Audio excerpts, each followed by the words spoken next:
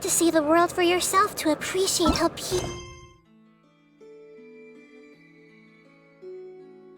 beautiful it is. Yoo-hoo! Try and stop me!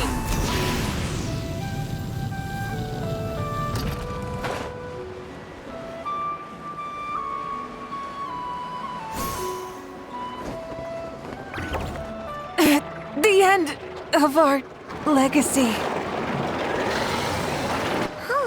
It's been a few days since we said bye to the others in Nasha Town. Still no news about Rarer, though. Where could he have slunk off to? If only he was gone for good. But with all the trouble he stirred up before, there's no way we've seen the last of him. Hello! You must be the traveler in Paimon? Mr. Flynn has been looking for you. Unfortunately, there's been a serious wild hunt attack over at the quarry. He thinks it's time to regroup and figure out a plan. A wild hunt? Oh, uh-oh. We better get over there, right away! Come on, let's go!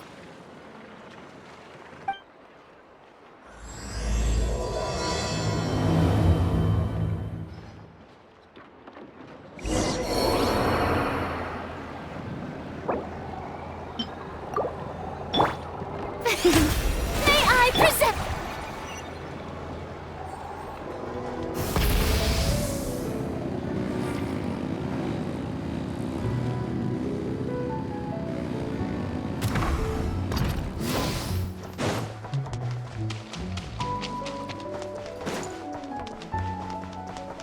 Full throttle!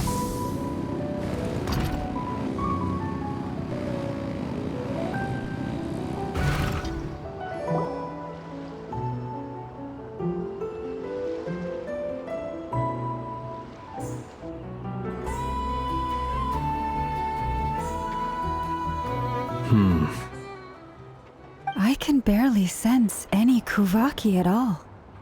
This whole area feels like a soulless husk. Looks like his appetite truly is insatiable. As if the power of that energy cannon wasn't enough. He's not seriously still getting stronger? What's his endgame here? Everyone's here already. Hey, we made it. So, what's going on? We've all been on high alert since we split up a few days back, expecting Rarir to strike again. But it's like he just vanished into thin air. No one has seen him nor found any trace of his presence. That is, until this morning, when a ratnik found signs of wild hunt activity while out here on patrol. As you can see, the crystalline itself is physically intact, but the Kuvaki it contained is all but completely diminished. And we're sure that Rarir did this. Who else? He's the only one who could pull off a stunt like this. Kuvaki loss has reached critical levels. Reikir of Solnari set to maximum threat level. Warning, unless de-escalation measures are taken soon, he will pose a threat beyond our ability to contain. The consequences could be catastrophic. Traveler, do you remember when we encountered Rarir just after regaining his body? There wasn't a shred of sanity left. Nothing but madness and rage. Yeah, didn't he shout out a bunch of names? Then he started raving about how nothing in this world mattered to him. Oh, Paimon gets chills just thinking about it. Oh, but the thought that he's still out there, lurking somewhere and not cry, waiting for his chance to strike? Oh, even chillier. Last time we fought, we were already at a disadvantage. If he has such overwhelming strength, why would he suddenly go into hiding? Yeah, if I were him and I wanted more Kuvaki, I'd just take it by force. No point staying in the shadows. Unless something went wrong. His whole resurrection thing didn't exactly go smoothly. The other thing is, how does someone who's completely lost their mind still have the wherewithal to cover their tracks so perfectly? Beats me. According to certain medical studies, insanity does not always entail a complete loss of rationality. It may be that he is simply living in a world of his own. sounds about right. He was ranting away to himself the whole time, like he had zero interest in talking to us. There are many unanswered questions here. He could be right under our noses, and we'd still be in the dark. Besides his name and title, we know little about him. Certainly nothing about his past, or what he might be hoping to achieve. Exactly. And we wouldn't even know where to begin looking. Even Boss hadn't heard of the Rahir of Solnari before all this. I'd be willing to bet that even if we gathered together every scrap of intel in Nodcry, we still wouldn't find more than, like, 3 useful facts about him. So, if we do nothing, he'll just keep getting stronger. But if we want to investigate him, we have no idea where to look. Last time we had Marionette and her big robo-buddy to help us, and we still barely held our ground. If we had to face him alone... Oh, Paimon's head hurts just thinking about it. What are we supposed to do against a threat this big? Well, I do have a little hunch about his next move. Given that he attacked the quarry, I'd say it's likely he'll target other places rich in Kuvaki. Somewhere like the Eye of Krati, or the Pillar of Embla. One thing's for sure. If we just sit back and let him keep absorbing Kuvaki, we really won't stand a chance against him. A perfectly reasonable hypothesis. However, it is worth noting that these two locations are quite far apart. To investigate them both, we'll need to split up. I agree, we should split up. Right now, Rarir's goal seems to be gathering Kuvaki, not fighting us directly. Once we're done, let's regroup on Hisi Island. Wait, why Hisi Island? If I recall correctly, your largest goddess statue was carved from Kuvaki-rich ore, was it not? That's right. Yes, it could well be a potential target of his. I should head back and start evacuating the pilgrims.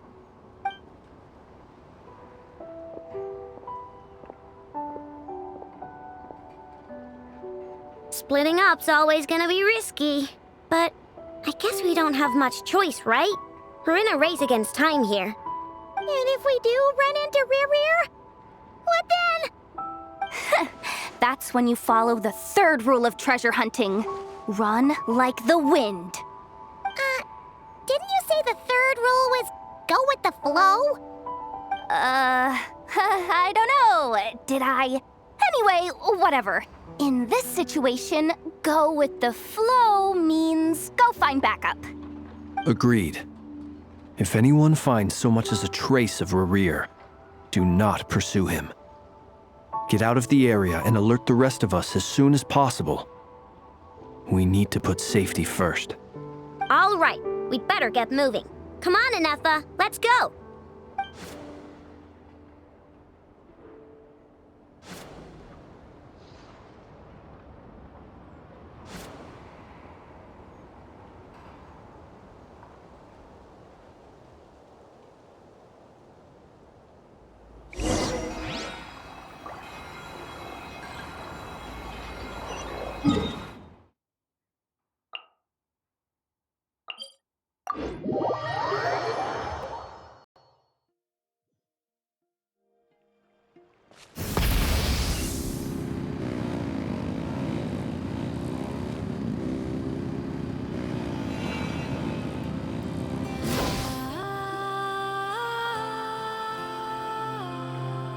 Any leads? Nope. Diddly squat. No clues to where he might be hiding. It's like he's a ghost. It feels like we're sitting on a powder keg that could go off at any second. Ugh, I hate this feeling. I'd rather face him head on than be left hanging like this. So, you guys didn't find anything either? Not loving the word either. How about you, Flint's? I questioned a few Ratniki and eventually narrowed my investigation down to one suspicious individual. But by the time I got to his place, he was already gone. Almost as if he knew someone was on to him. Either that, or he's just extremely cautious and doesn't stay in one place for long. He's been biding his time for a while now. The question is, where or what is his next target? No idea. Since regaining his body, he seems to have lost all interest in the fragment in my possession. If he did still want it, he's had plenty of chances to take it. All we can do now is hope that Ino and Anefa turn up some leads. Darn it, Rerir!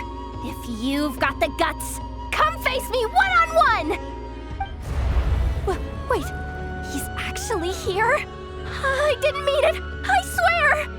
No, it's coming from Silver Moon Hall. The Lady Kutar might be in danger. Let's get over there, quick!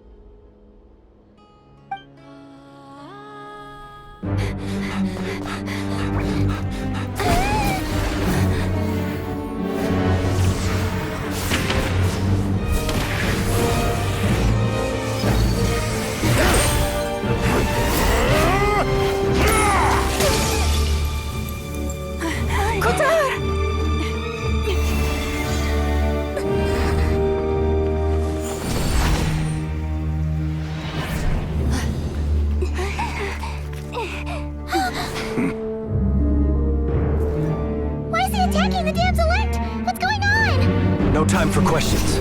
Stop him!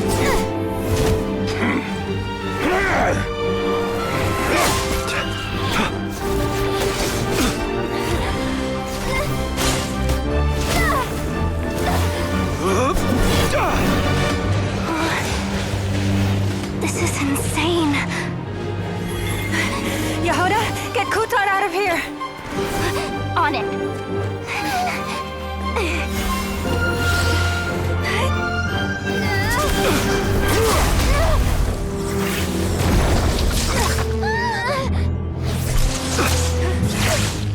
Look where your feeble light has gotten you.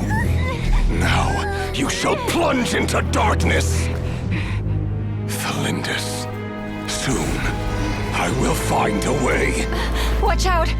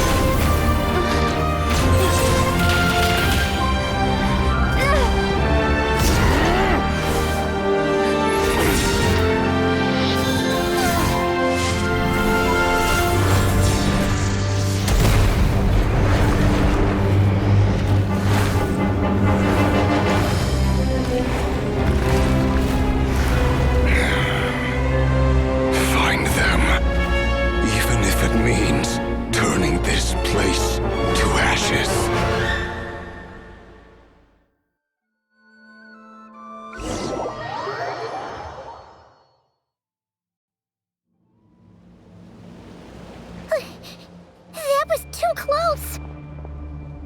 We barely made it out of there alive. What's that guy's deal? How'd he get so crazy strong?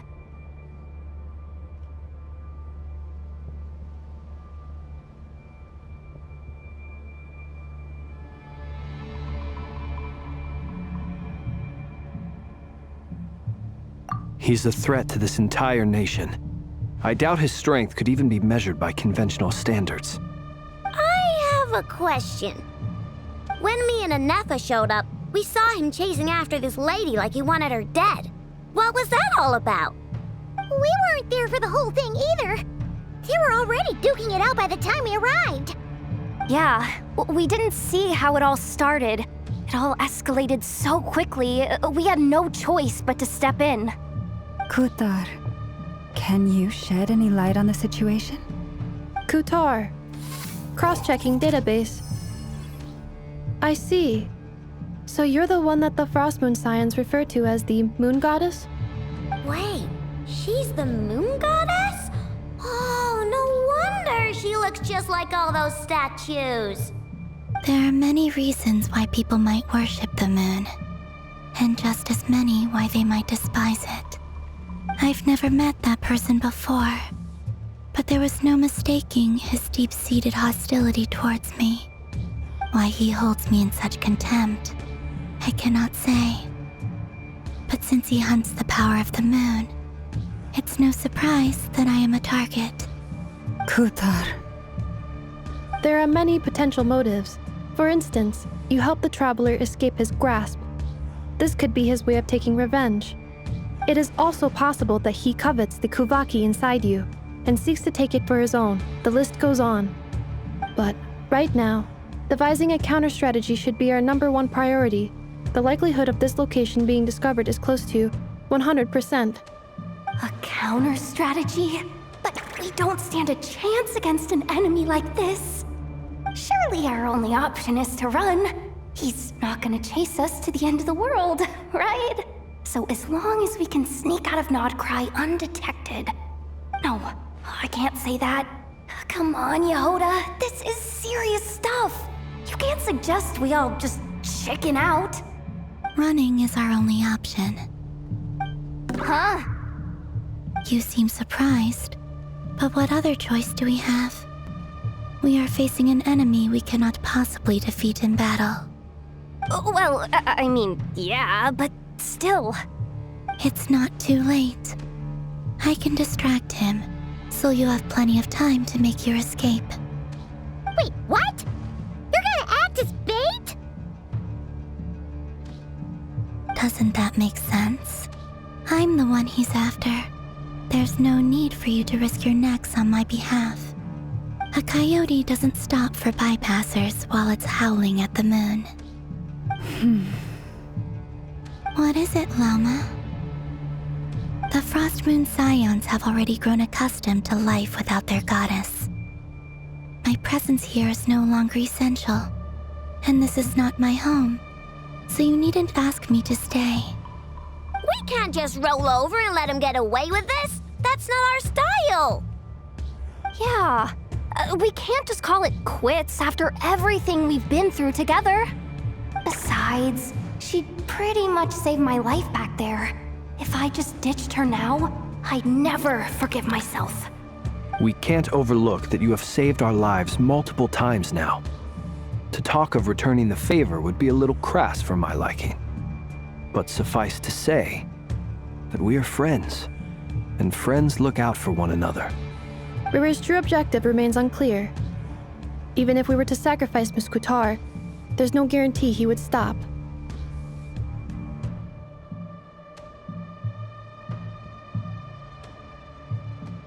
But Kutar, I know why you left the Frost Moon Scions so long ago. It was because people started treating prayer as a form of trade. They would make self-centered wishes, force you to accept meaningless offerings in return, and then expect you to perform miracles for them, as if that were their entitlement. If it were me, I might have walked away too.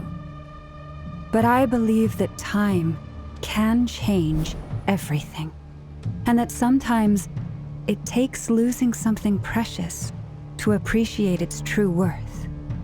After much reflection, I've realized that this was never about whether the Frost Moon Scions need you.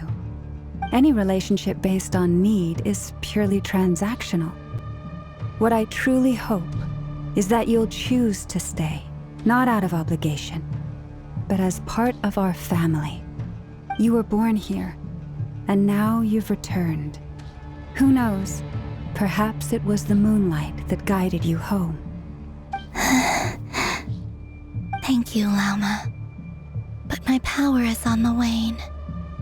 I'm afraid I will be of little use to you now.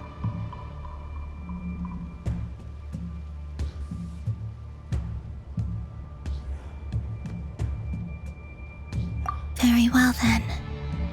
do as you say. Both times you saved us, we were transported across great distances in an instant. Is that one of your powers as the Moon Goddess? It is, but I find it very draining. I barely managed to pull it off just now, and it will be some time before I'm strong enough to do so again. Rejected by the world, my power is dwindling. Like a lake cut off from its source, slowly shrinking away. Now, it has almost run dry. What do you mean, rejected by the world? The 3 moons belong to the ancient bygone era in which they came into being. From the moment I was born, the world itself has been steadily sapping away at my strength.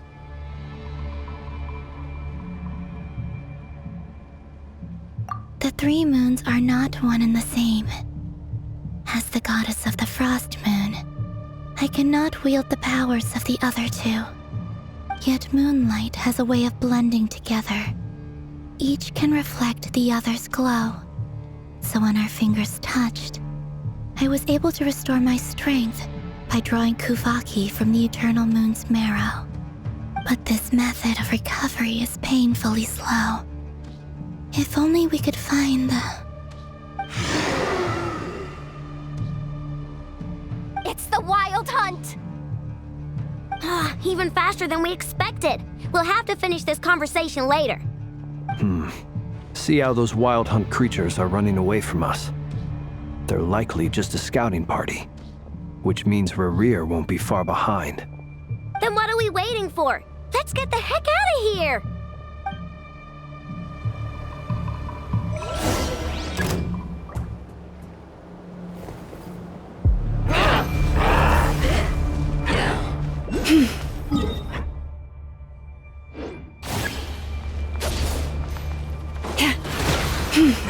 Where mentions a song? Close your eyes.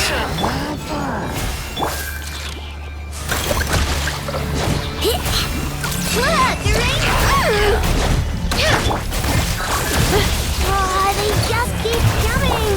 This is driving me nuts!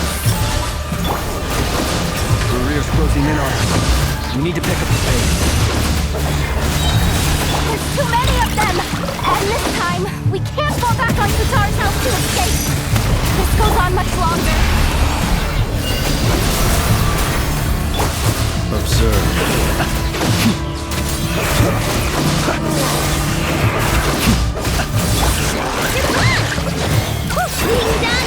Cleanup sequence initiated.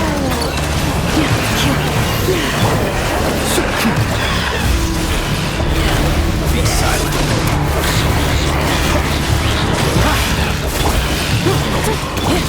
Leave this place.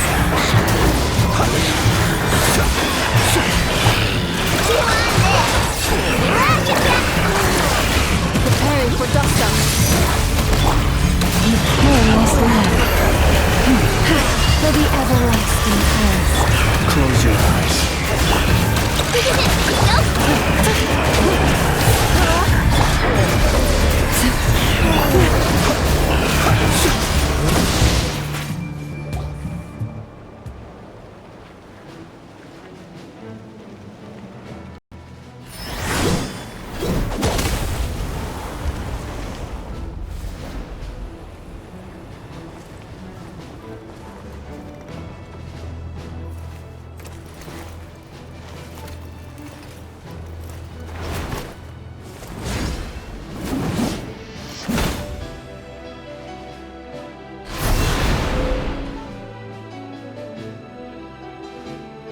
What's the matter? Bit off more than you could chew? Who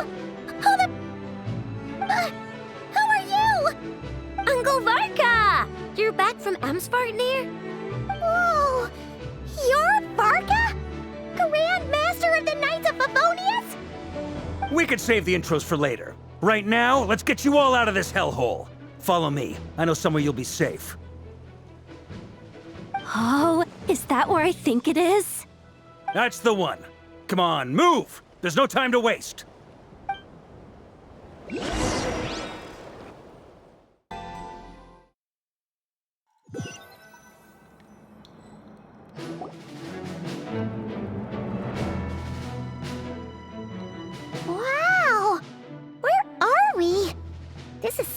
well hidden. Well, that goes without saying. This is the Knights of Favonius' meeting place in Nodcry, and a contact hub for the Northern Intelligence Network.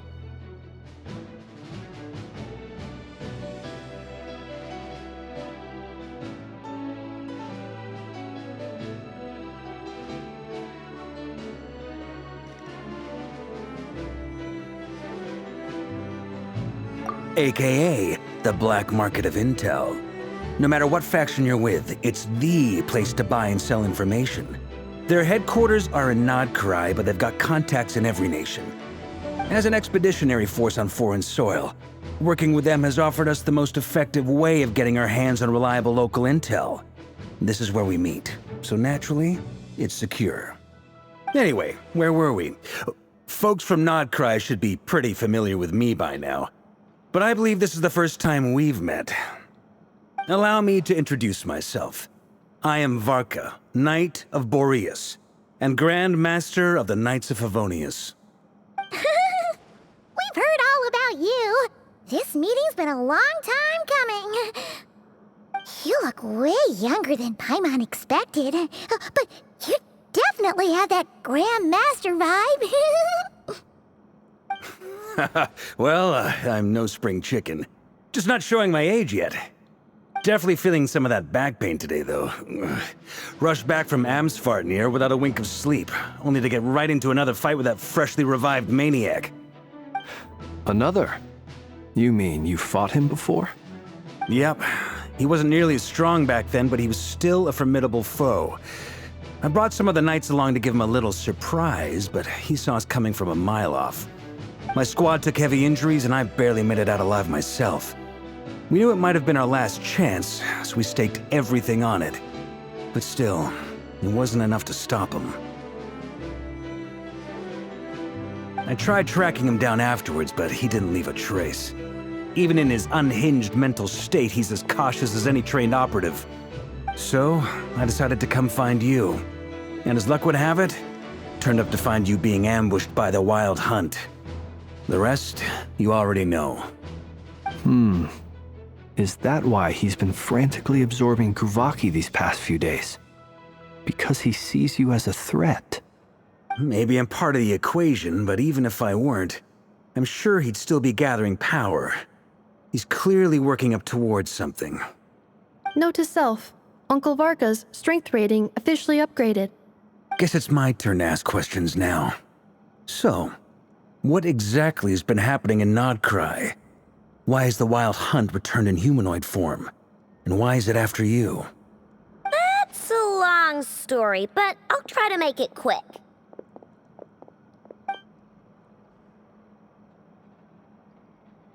Wow, I had no idea so much had happened. Sounds like you guys have really been through it. So, the Kutar is actually a Fatui Harbinger. And all this Wild Hunt activity in Nodcry is the work of the Raker of Solnari, one of the 5 sinners. Oh, that's a lot to take in. Need some time to wrap my head around it all. I'm truly sorry, Mr. Varka. You stood with us against the Wild Hunt and did everything you could to stop it from escalating into a full-blown catastrophe. And then, the one time you're away, it all comes to a head and all your hard work gets undone. You've got nothing to apologize for, Miss Moonchanter. You can plan 100 steps ahead and still slip up. That's just life. No one knows what tomorrow holds. You can't predict which way the wind will blow next. And, to be perfectly honest, I can't say I'm surprised. For all the times we've defeated the Wild Hunt in the past, we've never been able to completely wipe it out. Turns out, we were just delaying the inevitable. But now that a new variable has come into play, fate may well take a different course. A new variable? You mean us? Who else? And in a strange way, I think his resurgence might not be an entirely bad thing. The Wild Hunt is like an unrelenting force of nature, but Rerir is an individual with an agenda. He's gotta have a weak spot somewhere. That said, while I was explaining everything just now, some of the points that Mr. Flint's added caught my attention. You mean about our mystery ally? That's right. From what you've said, not only did they lead you straight to some key files, they also shielded Hisi Island from a lethal Kuvaki blast. I don't know who or what could pull something like that off. Heck, even Miss Columbina doesn't have a clue. I hadn't heard the story about those files. Would you mind repeating their titles for me? Wild Hunt Phenomena Log, a Nodcrian Ratnik's Field Journal, and Kuvaki Survey Log. Oh. No. Still doesn't ring a bell. Another dead end. Guess all we can do now is hope that our mystery ally keeps showing up when we most need them. Still, it's safest to assume they won't be intervening again. From here on out, we'll have to resolve this crisis by ourselves. Your intel also explains something else I've been wondering about. The reason I led my team to Amsfarnir was because we'd had reports about a possible source of the Wild Hunt showing up there. But once we looked into it, it turned out to be a red herring. I don't know who was behind it, but clearly, it served its purpose. I doubt it's by chance that he happened to make his comeback while my attention was diverted. And from everything you told me, it sounds like his scheming began well before his return. So maybe luring me away was all a part of his plan. But is it even possible that he orchestrated all of this by himself? The Moon Maiden and the Raker of Solnari, Nodcry of all places. The way everything is unfolding, it can't be a coincidence. So, what do we do now? Got any ideas? Right now, we've got at least 3 things to consider. Let's go through them one by one. First, we need to figure out how to take down Rerir. If we can't beat him in a straight-up fight, the rest won't even matter. To my knowledge, the bulk of Nodcry's fighting force is already gathered here. But even with everyone united, we're still no match for Rerir in his current state, let alone with his power still growing. What if there was a way to tap into a new power of our own? How so? Have you thought of something, Columbina? 3 moons once watched over this world. The Eternal Moon was the largest. The Frost Moon was the brightest. And the Iridescent Moon was the most mysterious. They say that back then, the 3 moon goddesses wielded immense power, enough to shape the workings of the world itself. I now bear the Frost Moon's power, and the Eternal Moon's marrow resides within the Traveler. Hold on. Are you suggesting? The Iridescent Moon, the last piece in the puzzle. That's right. If we can find the Iridescent Moon's marrow, I will be able to regain my strength much more quickly. The 3 moons are said to stir the tides and illuminate all things. Perhaps they hold further secrets beyond our understanding. According to my analysis, this solution is feasible. However, it is subject to one major condition. How do we locate the Iridescent Moon's marrow? I know a way, but we will need to visit the Fatui's Experimental Design Bureau. The Experimental Design Bureau? Are you saying we need to involve Marionette? Yes. I must speak with Sandrone. It's a long way from here to the Experimental Design Bureau. There's a high chance you'll be spotted. You shouldn't go alone. Then that's settled. Next up, our second priority. Somehow, we need to figure out Rerir's end goal. As you saw for yourselves, when he was still in his Wild Hunt form, everything he did was for the sake of recovering his body and resurrecting himself. His first act since then, after laying low for a while, was to try and assassinate this young lady. People's obsessions often reveal their greatest vulnerabilities. There must be a reason why he despises the moon so deeply. Perhaps it sheds some light on his title, the Raker of Solnari. The Wild Hunt has plagued Nodcry for centuries now. If we want to stop it for good, we have to get to the root cause of what's driving it. It's true. We still know very little about him. If Kuthar hadn't given us that lead, we wouldn't even know his name.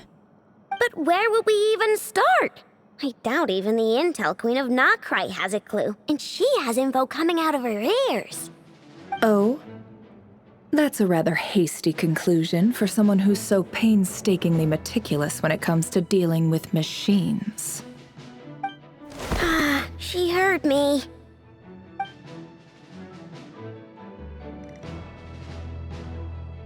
Boss! What are you doing here? I'm now asking myself the same question. I received a letter from a humble knight of Favonius, requesting a meeting to discuss a major business deal. But it looks like this humble knight had something else in mind. Details, details. Miss Sneffer, the important thing is that you've arrived at the perfect time. Since his failed ambush, I've been racking my brains trying to come up with a plan to fight Rarier. Given the severity of the situation, I think it's fair to say that our only chance lies in uniting as one. And I'm talking all the factions in Nokrai. We can't do this without the Curatorium, but I knew it'd be a tough job to win you over. So, I took the liberty of reaching out for a little chat. Wait a sec. How did you even hear about this place, Nefer? Didn't you say this is meant to be the Knights of Favonius' meeting spot? And a contact hub for the Northern Intelligence Network? And isn't it supposed to be super hidden? You really think he could have gotten settled in Nodcry without my help?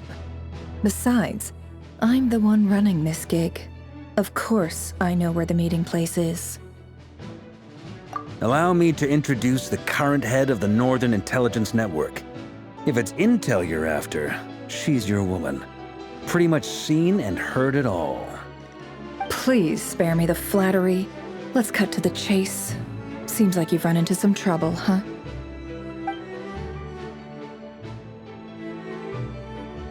Well, this certainly qualifies as an unforeseen crisis. On behalf of the Curatorium of Secrets, I wish you all the best of luck. So you're just going to sit this one out? Why should I get involved? What could possibly be in it for me? What if we told you we can't do this without you? Oh? Then I'd say, you'd better make it worth my while. I don't work for free. I can't put a price on something like this.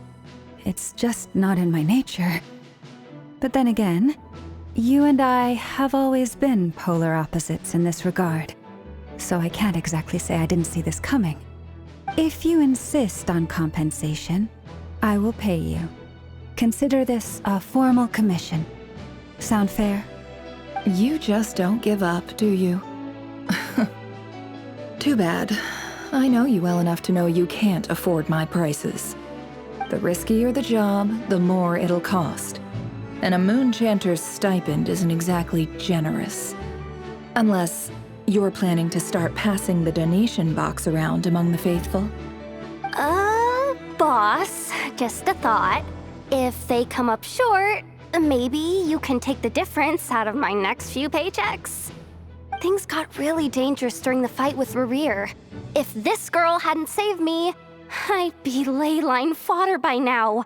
I'd be gone for good, boss.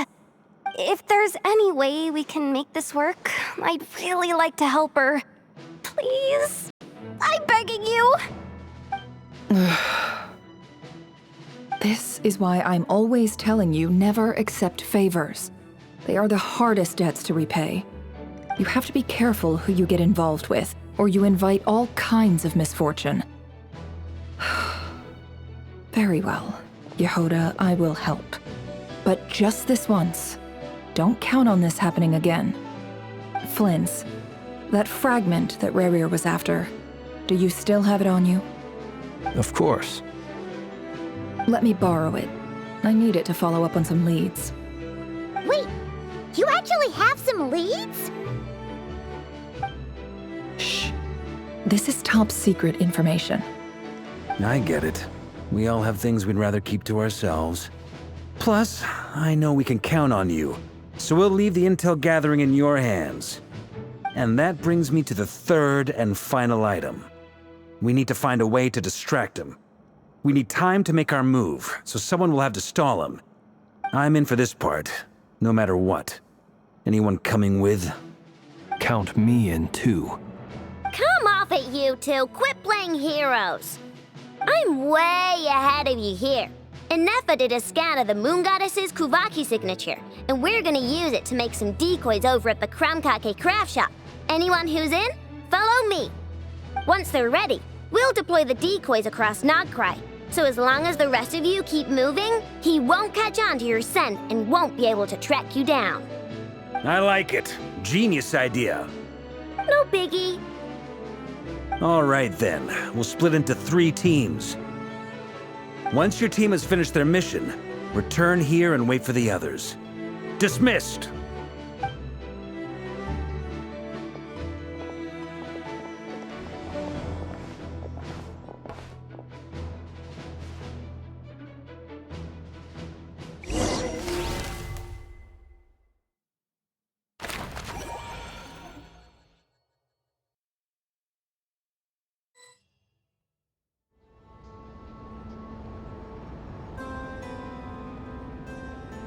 Lady Damselette. Wait, and you two? What are you doing at the Kuvaki Experimental Design Bureau? We've been doing our best to mind our own business lately. But if you're just gonna waltz up here like this, you're seriously pressing your luck. Don't blame us for doing what we have to. Huh!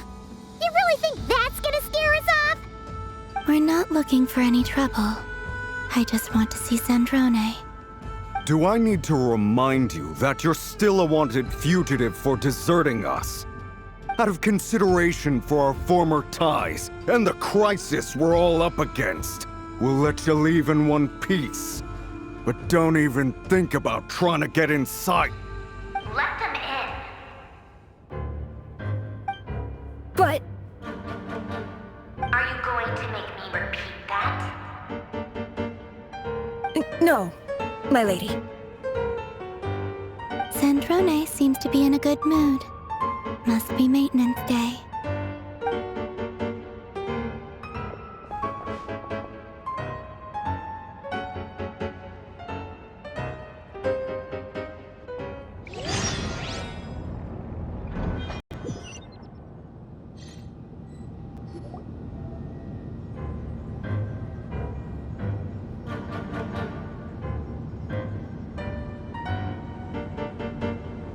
So tell me, to what do I owe the honor this time?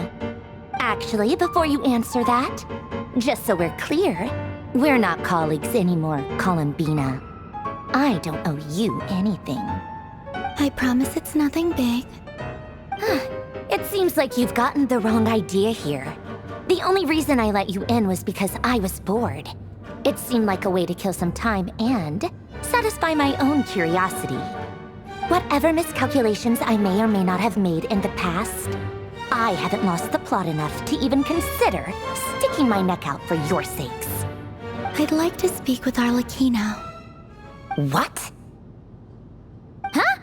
You mean the knave? I'd like to speak with Arlecchino. Is she in Nodcry? No, she's not. Once the work on this facility was completed, she went back with the rooster and Regrator. The only ones in Nodcry are me and... What is it you need to speak to her about anyway? Rerir is hunting me. If I'm going to face him, I must first retrieve the lost moon.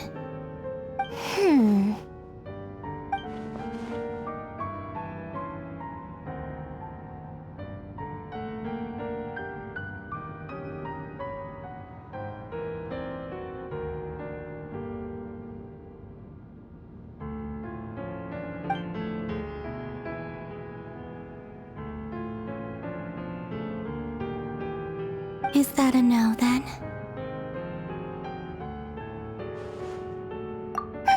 As if I need reminding. I was this close to settling things with him before someone decided to whisk me away to their weird little garden. Have you held any tea parties lately? Tea parties? Yeah, obviously. You don't seriously think we'd pack it all in just because you aren't here. If anything, they've been more eventful than ever. Just me, Arlecchino, and a bunch of insolent and sensitive guests who won't stop asking where you've gone. Oh, they've been a real joy. I bet you served them the worst tea you have. Just like you used to do to me when I upset you. Who cares about how good the tea is when there's no one around to drink it? I keep losing people. First Rosaline, now you. I'm running out of people who can make me laugh. Honestly, what could be more ridiculous than the multi-centenarian goddess, who's only ever had the plain herbal tea she received as offerings? You'd always brew a different type of tea for me each time. Was it really just to see how I'd react?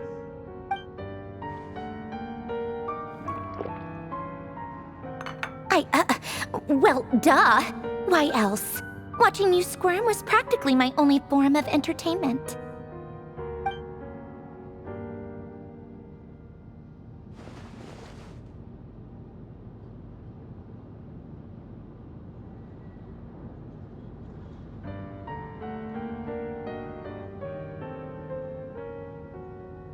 Oh, yeah.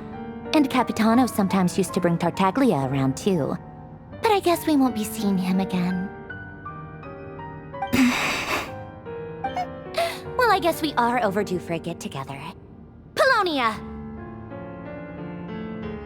Have Febronia pass a message to Arlecchino for me. It's time for tea. Will suffice. Pass along a message for me, too, if you would. My body cannot contain the marrow of 2 moons, so I'll be leaving one of them in her care. Excuse me? Who said you were on the guest list? If my tea meant that much to you, maybe quitting the Fatui wasn't your brightest move. Back when you were under the Tsaritsa's protection, no one would have dared come at you so openly. But that protection didn't come for free. In fact, I paid dearly for it. At the end of the day, it was just another transaction. I just got tired, that's all. I never wanted any part in their grand ambitions, and I've had enough of being treated like a bottomless supply of power. It brings back memories from the old days, when I was still worshipped as the moon goddess. Centuries on, it may be a different group of people, but I see the same greed in their eyes. I figured you'd leave eventually. You didn't have as much of a reason to stay as I do. The Tsaritsa gave you shelter and protection, but that was it. Nothing more, nothing less. Meanwhile, the Fatui demanded everything from you in return, until it was more than you could bear. I get why you left. And frankly, I have no interest in dragging you back just because the higher-ups told me to. But if you keep hanging around with this riffraff, the next time we cross paths, we might be enemies for real.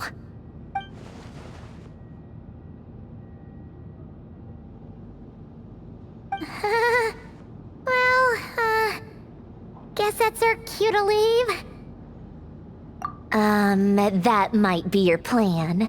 But it sounds like someone else wants you to stay a little longer. Huh? What do you mean? Listen.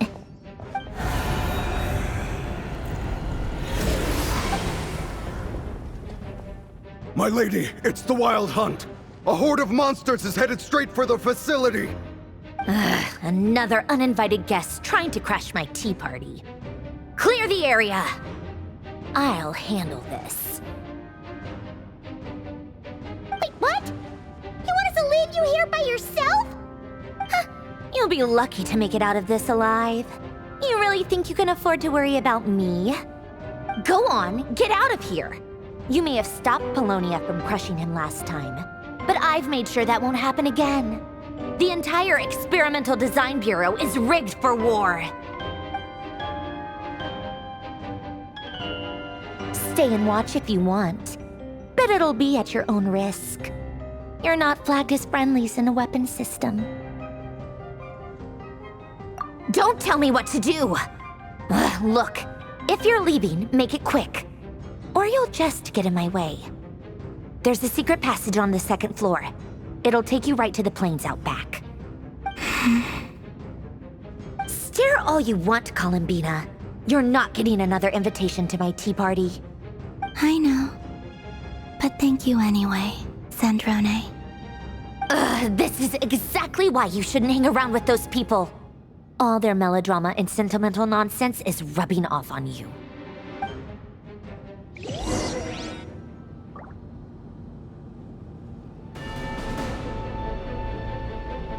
Come on then, Mr. Ray here.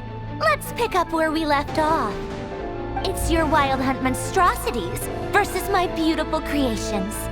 Let's see who comes out on top.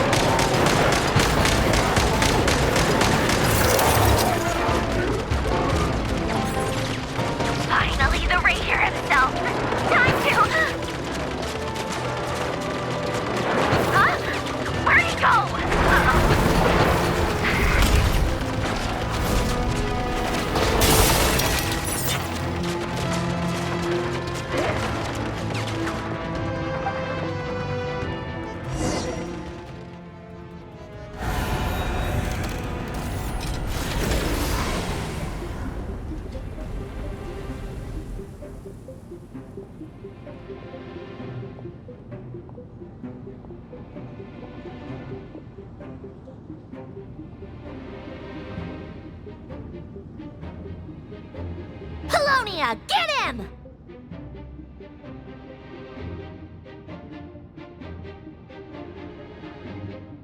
I've upgraded Apollonia again since our last encounter, and uploaded every last scrap of your data. So let's finish this, once and for...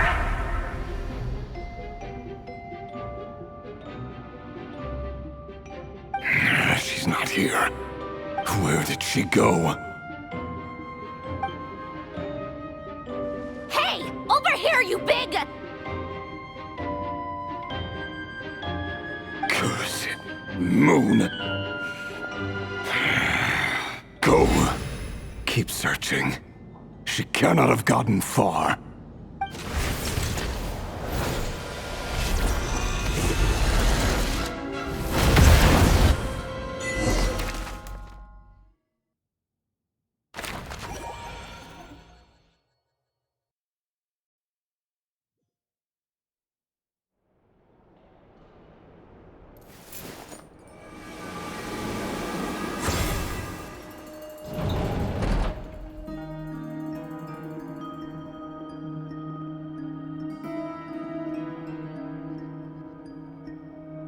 So this is your method for investigating Rarir's past? It almost looks like some kind of ceremony. Good deduction. But it's quite a different affair from what you're used to with the Frost Moon Scions. Whoa! First time I've ever been in here. Boss always said it was off limits, so I pictured some kind of creepy dungeon. But it's actually kinda nice. Oh, I guess this must be Sumero decor? That's where Boss is from. And that nice shopkeeper who sold me my treasure compass. I'm not sure exactly what you've got planned, but it looks like you're all set. When do we begin? Whenever we wish. But for some reason, I've got a feeling this isn't going to end well. I've never faced Rarir myself, but from what you've told me, his power is beyond anything I could imagine. I, on the other hand, am just an ordinary businesswoman. Our paths should never have crossed, yet here I am, forced to make an enemy of him. If you ask me, you're about as far from ordinary as it gets. So what are you saying? You're getting cold feet? Once I take a job, there's no backing out. Still, I have to ask myself if the power I'm relying on will even work on an opponent of this caliber. And also how to make sure I come out of this alive if things spiral out of control. Death is the one thing we can take for granted. It is the great equalizer, however fortunate or unfortunate we may otherwise be. So it's important to consider how to spend what lifespan we have left. Come on, boss. Lighten up. Quit talking about death. It's bad luck. For once, I agree with you. When you're up against a foe like Rarir, there's no such thing as being too prepared. Is there anything I can do to help? That won't be necessary. I've already made up my mind. Time to cash in a precious favor I've been saving for a rainy day. Yehoda, I need you to find someone for me. The sooner the better. Find who? That shady merchant who sold you an overpriced treasure compass the other day. Come on, boss. You're pulling my leg again. In what way is she shady? She showed up when I was completely lost and sold me a neat little gadget that was exactly what I needed. Trust me, she's a good person. Anyway, I know who you're talking about. Don't go anywhere. I'll be right back.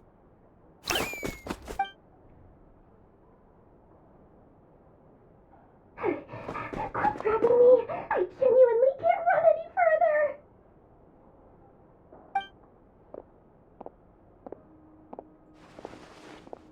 Hey, aren't you?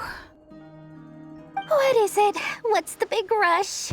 You dragged me out of a dream where I was literally swimming in Mora. I'm charging double my usual attendance fee. See, look how easygoing she is. After that rude awakening, she could have completely snapped at us. But instead, she kept it together and just asked for an extra fee. Dori Sangama Bay? I never would have pictured you two doing business together. If you want to make it big in Nodcry, it's all about connections. Lady Nefer just so happens to have a lot of intel that interests me. And she also did me a big favor in the past. It was back when I first arrived in Nodcry. My trusty assistant, the genie in my lamp, had an adverse reaction to the Kuvaki and fainted. And when you know it, that's when I suddenly find myself in a life-or-death situation. Good thing my compatriot was there to swoop in and save the day. I've been giving her a 30% discount off all of my goods ever since. Now, so that no one here feels left out, I'm willing to extend a 20% discount to fellow friends of Boss Nefer. Plus, any other friends you send my way will enjoy 10% off. What can I say? The great Lord Sangama Bay is nothing if not generous. So, let me guess. You've run into some trouble? I've got everything you could possibly need. And the more you buy, the more you'll save. You guessed correctly. What have you got in the way of survival gear? The one type of gear I've never been short on. What are you looking for? A jetpack fresh from the Academia's labs? An ancient suit of armor dredged up from the bottom of the sea? At the very least, I need to know what kind of opponent you're dealing with here. If even you're worried about staying alive, it must be pretty serious. What if I told you it's someone with the power to bring a nation to its knees? Is that so? Then we really are talking top-shelf treasures. I don't have anything like that in stock right now. I'll have to ask my supplier. Your supplier? A powerful woman, make no mistake. I can't reveal her identity, but luckily for you, I hear she's planning to visit Nodcry in the near future. If you're willing to wait, I can ask her when she's here. Can't say exactly how long that'll be, though. Then, let me put it another way. What would you do if you encountered an enemy like that? Roll over and serve yourself up on a silver platter? Of course not! I have a handy little trinket from one of my generous suppliers, which... Hold on. What exactly are you getting at? No, no! This is for my personal use only! Let's just say I'm borrowing it, all right? Just for insurance purposes. You'll get it back later. Favors are the worst kind of debt to owe, and now you've got a chance to repay one. A win-win situation, don't you think? Fine. You can borrow it for 5 days. No, make that 3. And for every extra hour after that, I'm charging you 1 million mora. Deal? Deal.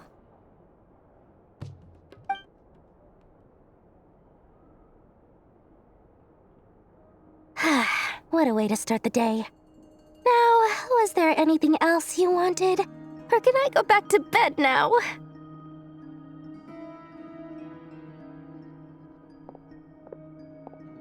That will be all. Take care now. Don't trip up on your way back, friend. See you later! You're my favorite shopkeeper.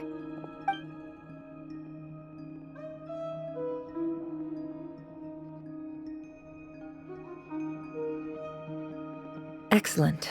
Everything is well and truly ready. The ceremony can now begin. After initiating the ceremony, your minds will follow me wherever I go. You will see many strange things in your mind's eye.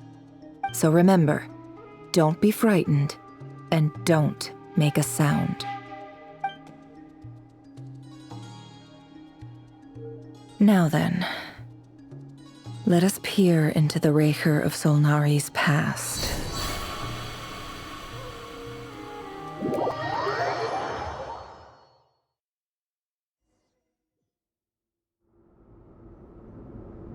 I made it. I don't recognize this style of architecture. Must be Conrian. Simple furnishings, table and chairs. It's a more ordinary house than I might have expected. Looks like the fearsome Raker of Zolnari came from surprisingly humble beginnings. Unless this passed for luxury in Conria. Unlikely. It was said to be a very prosperous nation in its heyday. Anyway, I'll keep exploring.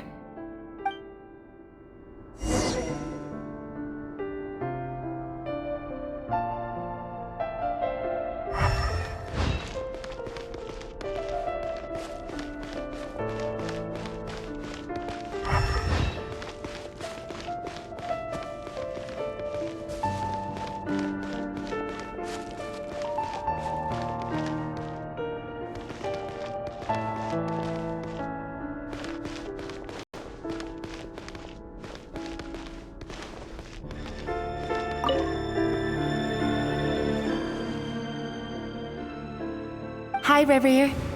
Since you're working extra hours tonight, I thought I'd keep myself busy by checking out that new kebab shop. I've heard good things about their menu. I'll test it out, and if it's as good as everyone's saying, let's go back together sometime. P.S. New stash from the Universitas Magistrorum. I brought some goodies home. A few teacups and a pin rack. Hope you like them. They didn't sign their name, but they must have been close. Sounds like they were living together.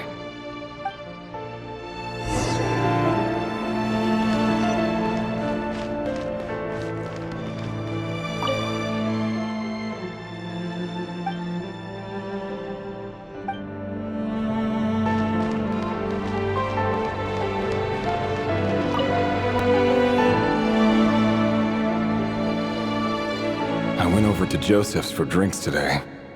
They have a fine collection, but I went alone. Felindis was tied up with something and couldn't make it. Joseph asked why I came alone, but I didn't really have an answer. He then went on to ask about other things. If you ask me, someone who asks that many personal questions is too nosy for their own good. But if he invites me again, chances are I'd still go. Felindis. That's the same name Ririr mentioned. Crane imports keep falling. If things don't pick up, we'll soon be back to meat and mushrooms only. Honestly, I'm not a huge fan of that new type of mushroom everyone's been into lately. Didn't it start out as a lab-grown variety? I heard it's even mildly corrosive. Seriously, why would you even eat something like that? I don't care if it's an impressive feat of alchemy. That just isn't the kind of thing I like to eat. Grain has to be imported, and they're eating a diet of mostly meat and mushrooms. Could it be because Conria is underground, so it doesn't get much sunlight? That would explain why they use so much stone in their buildings. They even use alchemically modified strains for food. Seems like the people of Conria don't have many options when it comes to dining. I've just about saved up enough now. Time to buy it and keep it somewhere safe. Making a big purchase. I wonder what it is.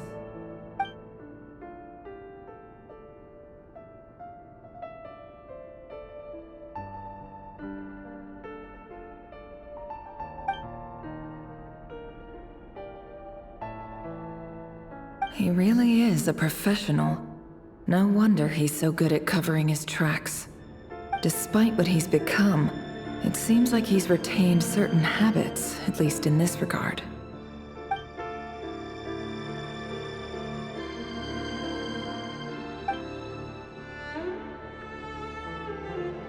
Did Rary rip it out himself?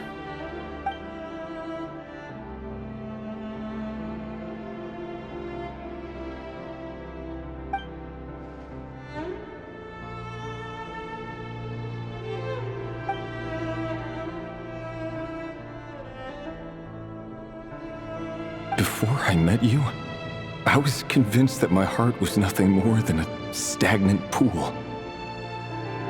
The burial place of a fallen moon. A withered, windless grove where the waters rested forever unrippled. It was you who helped me see that my heart hadn't entirely withered away, that it could still beat to the rhythm of love. This is just trivial sentimentality from the looks of it. Why would he go to the trouble of hiding that? The burial place of a fallen moon.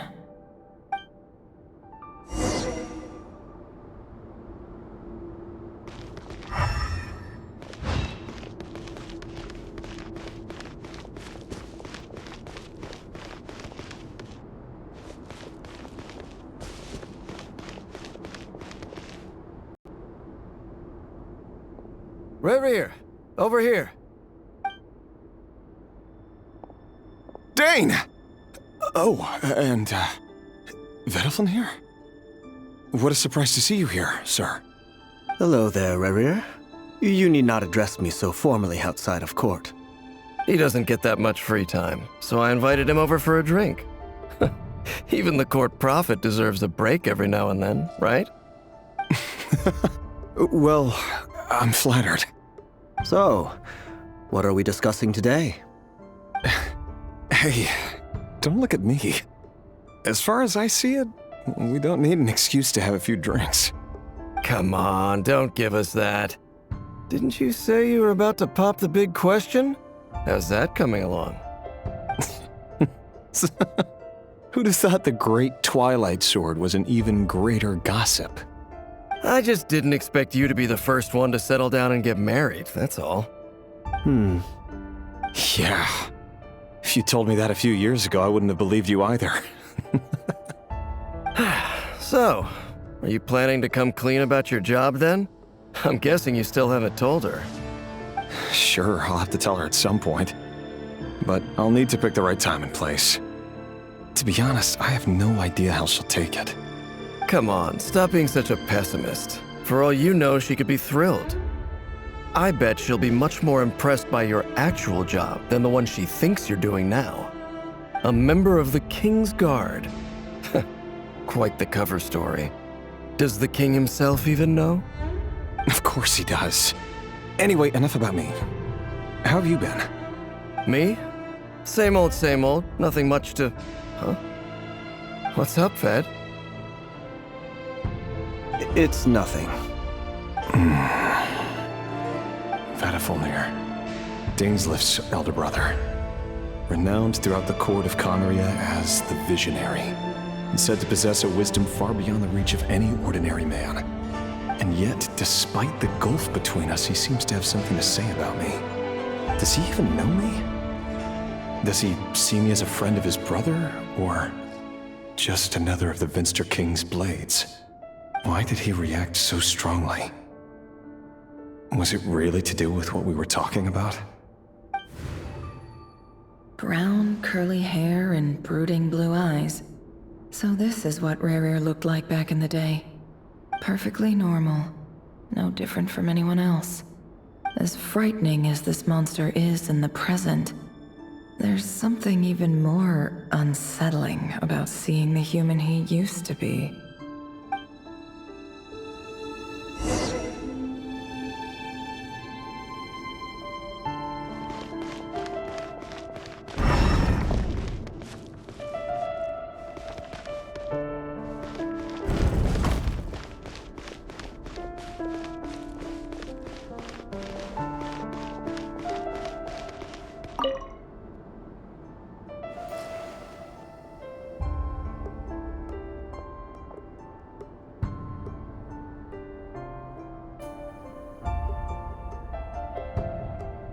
Felindis? You're back early? Our equipment's being serviced today, so I got off earlier than usual. How's your day been? Aw, why the long face? Is something the matter? Has your boss been giving you a hard time again? Went for a drink with Dane and the others after work. Isn't that a good thing?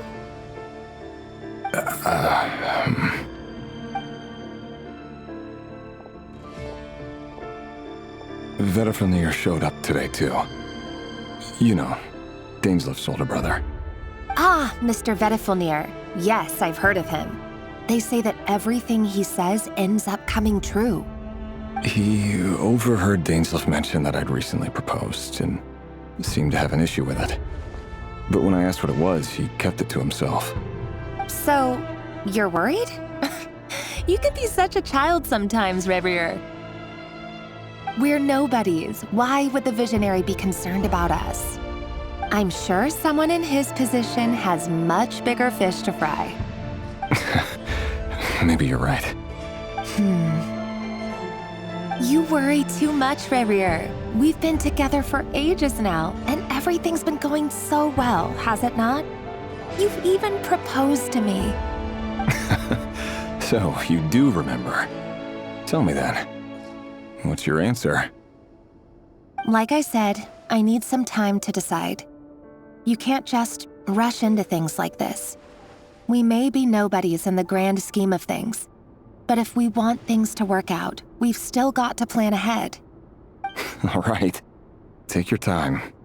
Just don't keep me waiting forever. Nobodies.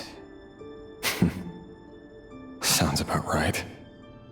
In the eyes of people like Vedifilnir and Dainslif, what do we matter? Can someone whose gaze is so fixed on a far-flung future even see the present clearly? Besides, the dynasty's fate rests with the king and his inner circle. Whatever I do, it won't make much difference. Meanwhile, every idea they come up with and every decision they make, it affects everything. These days, the king is lost in his research, and the purge of the Crimson Moon bloodline grows ever more intense. The opposition tried to speak out, but nothing came of it. And I'm under no illusions as to why. Because we eliminated them and got rid of their bodies.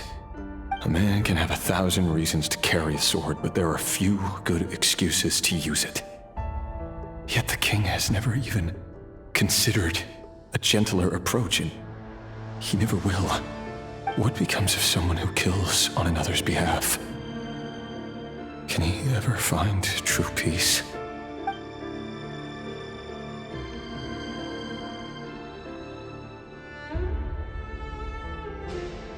Thelendis?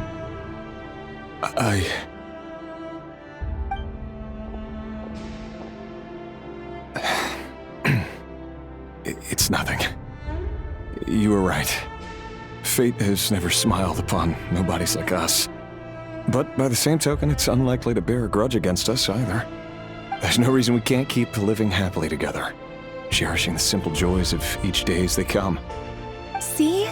You just need to stay positive, Revier. I can feel your warmth, your breath. You're right there, right by my side. Just seeing you makes me happy in a way I can't explain. And that's something that no one could ever take away from me. So smile, my love. Let go of that frown. You're right, Thelendis. I've just been overthinking things. That's better. Getting caught up about things like this will only ruin our evening. Speaking of which, all set for the ball tonight? I need to go get ready. You go ahead. I just have a few things to take care of, then I'll come join you. Even busier than the big shots, huh? Fine, I'll go get started. But don't be late. If you keep me waiting too long, I won't be a happy bunny. Relax. I'll be there. Seriously, though, you drive a hard bargain. You're really gonna leave my proposal hanging and still expect me to take you to the ball? Well, that goes without saying. I already told everyone I'd be coming with a dance partner. Besides, they're two completely different things. Let's take it one thing at a time, all right? All right. White outfit it is. It seems like Rerir was deliberately hiding his ties to the intelligence services by giving the impression that he was just an ordinary member of the Venster King's Guard. He clearly doesn't want his would-be fiancée to know about his other life. Then again, that's hardly surprising. People in the intelligence trade rarely do.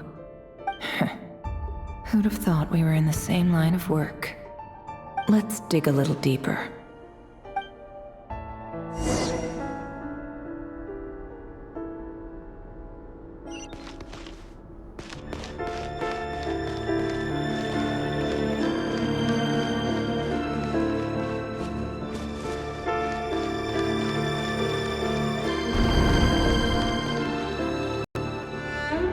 Our last operation was a resounding success, and all thanks to you, Rehir of Solnari.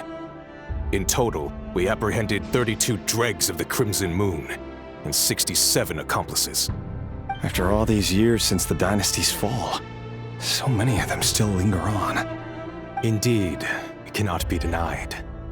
Yet it was destiny that the Crimson Moon should be overcome by the eclipse, and that His Majesty, the all-seeing Vinster King, now guides our nation on the path to prosperity.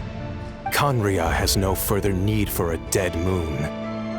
But alas, there will always be those who refuse to see the truth, choosing instead to romanticize the past. That's not entirely true. Much about the Crimson Moon era was worthy of remembrance, and that's exactly why they keep trying to see it restored.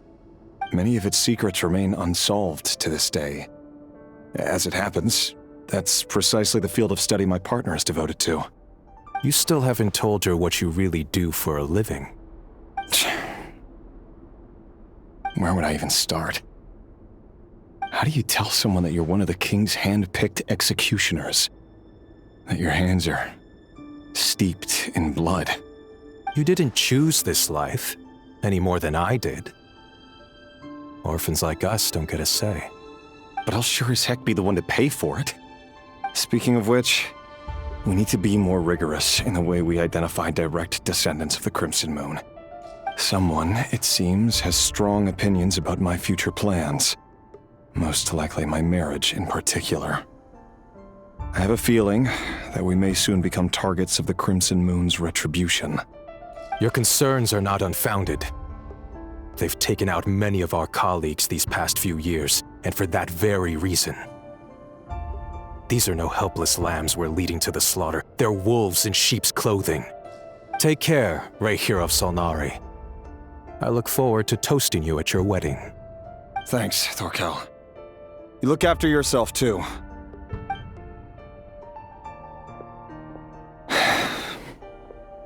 Thelindis, I never wanted to keep this from you. You're the last person I would ever want to lie to. But that's exactly why I can't tell you everything. There are things you shouldn't know. Things you cannot know. The moonlit dynasties are a thing of the past. Yet even now, with the sun shining high in the sky, there are those who would call forth a dead moon's ghost. Could that be why Vedalfnir held back? Or was it because of some court secret he's not at liberty to share? I have to get a clear answer from him. No matter what happens, I will protect Thelindis. Rerir seems to be very concerned by Vedalfnir's reaction. Vedalfnir and Dainsleif, the Visionary and Twilight Sword. So that's what they were really like. I've investigated this whole area now. There doesn't seem to be any other memories here. Should I try somewhere else? Wait a second. What's this black smoke?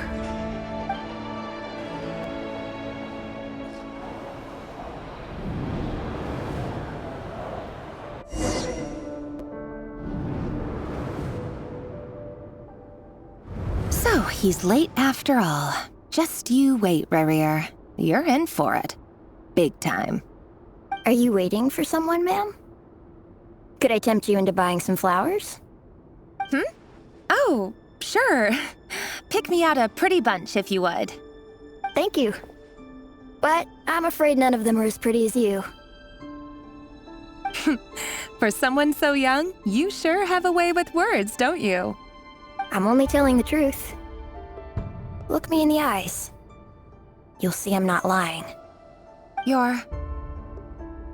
May we have a word in private? Who are you? And what do you want? It doesn't matter who I am. Too many of our kind have fallen lately, so I decided to take the risk of reaching out. Not long ago, The Ray here of Solnari led an assault on one of our strongholds. We suffered many casualties, and many who came to our aid lost their lives as well. Sorry, I don't know why you're telling me this, and I don't want to get involved. Wait, hear me out. This time we finally got a clear look at his face and learned his true identity. His name is Rarier, and he claims to be one of the King's guards. What did you say? A cruel irony, isn't it? The man you're set to marry leads a double life as a brutal executioner. But surely, you must have caught a whiff of the blood on his hands. Why are you telling me all of this now? Simple. It's because... How strange. Rarier was nowhere to be seen in that memory. It clearly belonged to Thalindis. Rarier couldn't possibly know what happened if he wasn't even there. Why would her memories appear in his fragment? The ceremony won't last much longer. I think it's time to call it a day.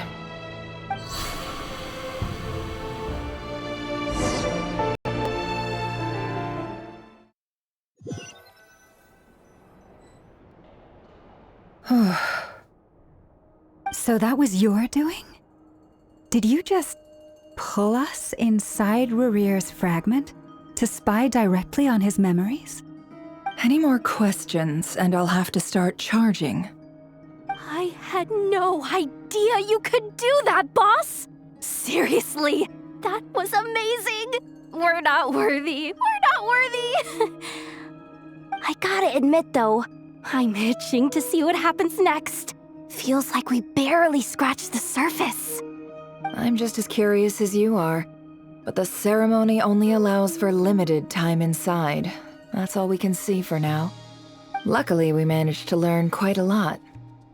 So far, so good. I just hope the others are doing okay too. Especially the group with the Traveler. Their mission is a risky one.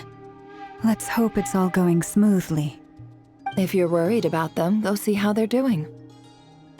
If I know boss, she's gonna need some time to write up all the details and make sure it's all coherent. I'll stay behind to lend a hand, but feel free to head back and meet up with the others.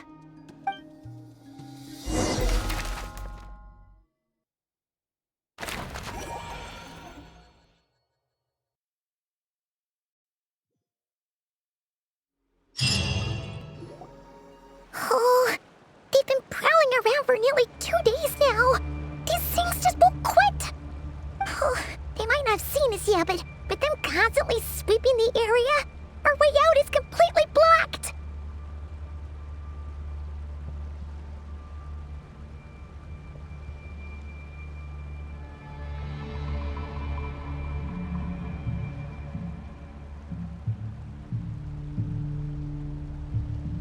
Oh, that's never gonna work.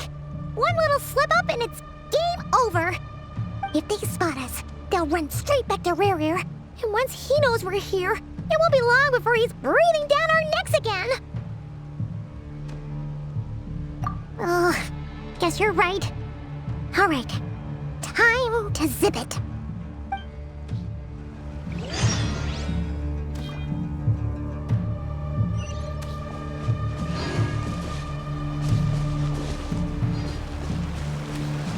Quick, hide! We almost got spotted!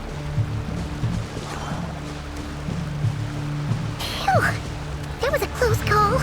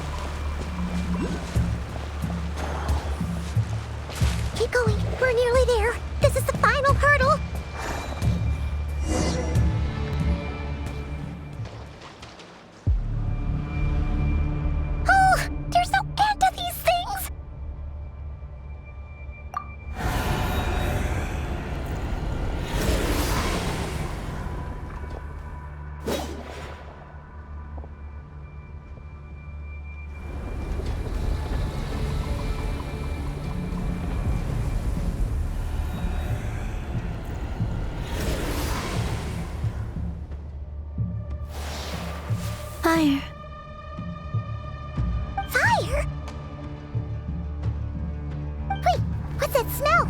Oh no! There's a fire!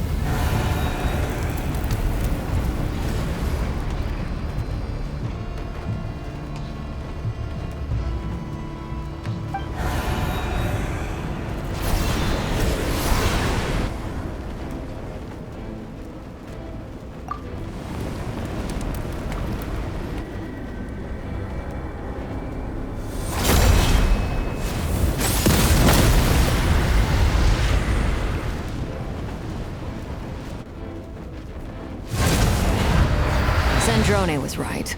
You look weak, Columbina.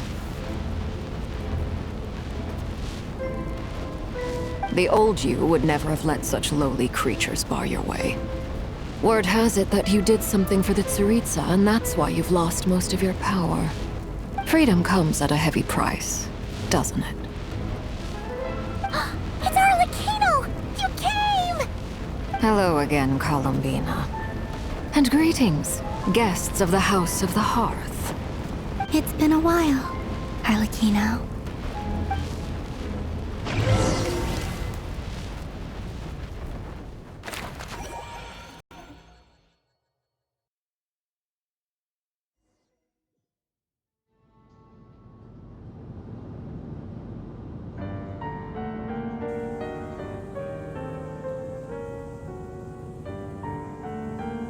Stupid right here of stupid Solnari. Ugh, whatever. I've got all the data I need. Next time we meet, you're finished.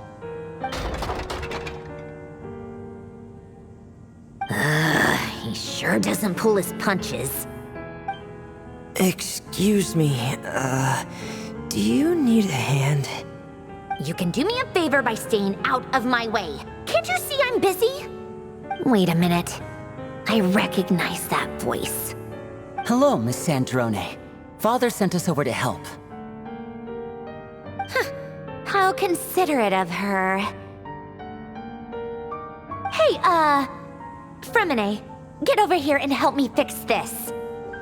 Lenny, you do your thing. Just keep your sister away from my machines. Nearly every machine that Catgirl touches ends up going haywire. Go put her on cleaning duty or something.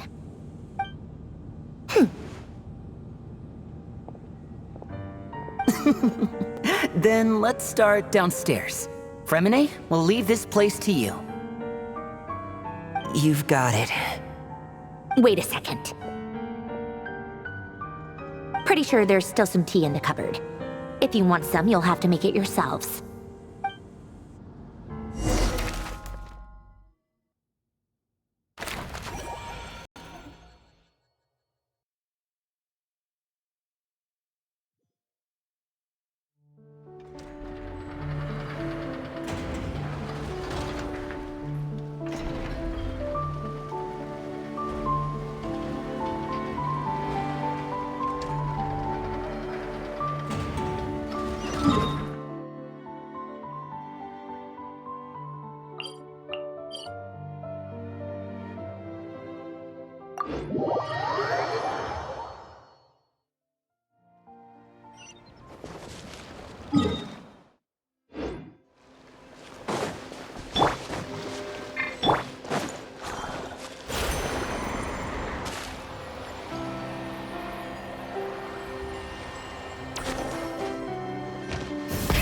Rev the engines!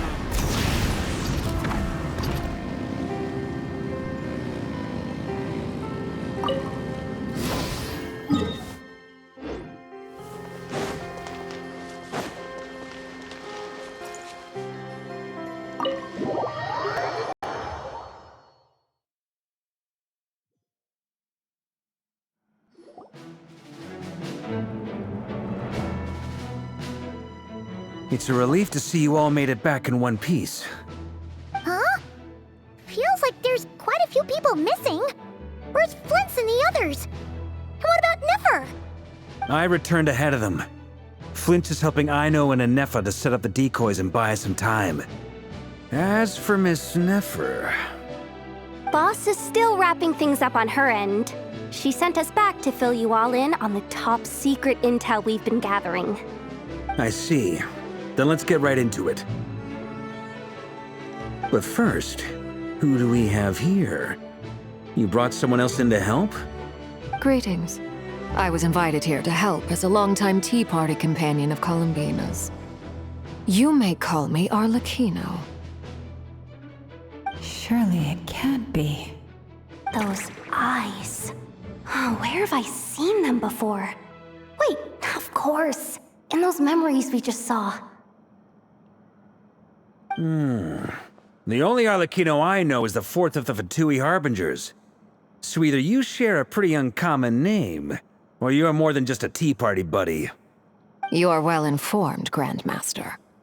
A man from Mondstadt living all the way out here in Nodcry, and yet the people and affairs of Snezhnaya seem to hold a special place in your heart.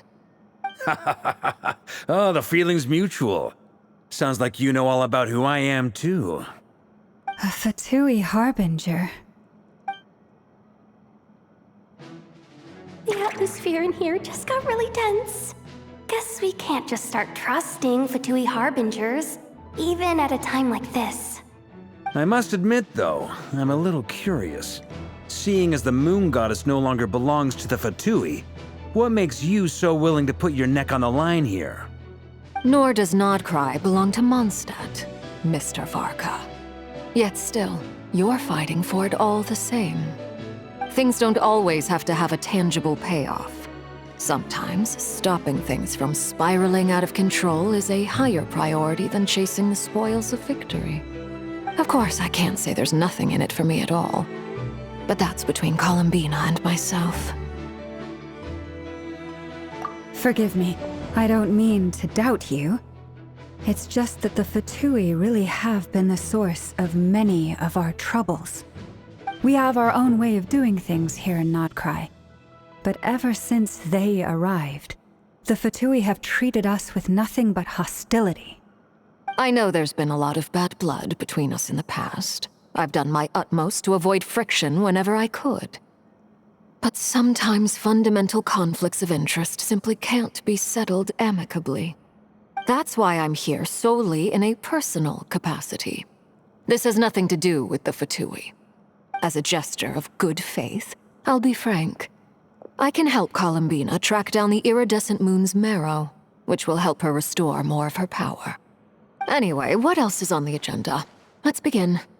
She says she'll be frank, then completely skips over the details. Looks like she doesn't want to give away too many secrets after all. But she clearly wants to change the subject. It'd be awkward if I tried to bring it up again now. I guess we'll just have to go along with it. She's the fourth of the Fatui Harbingers after all. One look and you can tell she's not someone you'd want to mess with.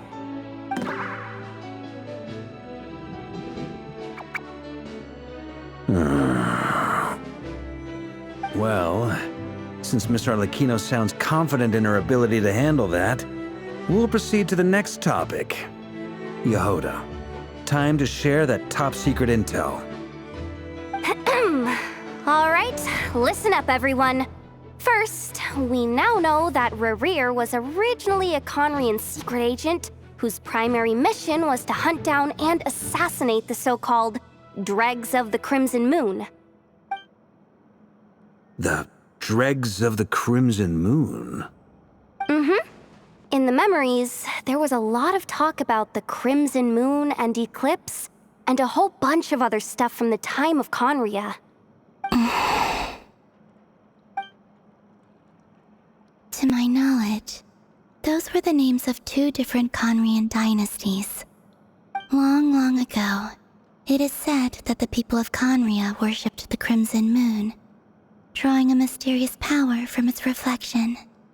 But one day, a coup saw the Crimson Moon eclipsed, hence the name of the new dynasty that replaced it, and how it became the new emblem of Conria. Still, long after the Crimson Moon dynasty had fallen, the last ruler of the Eclipse dynasty, the Vinster King, still coveted the secrets it left behind. So, he sent the Rehir of Solnari to secretly hunt down the Crimson Moon's few remaining followers. In those days, Rerir showed no signs of madness. In fact, He was as normal as any other person. Oh, and he had a fiancé, or at least a would-be fiancé, called Tholindis. What's the matter?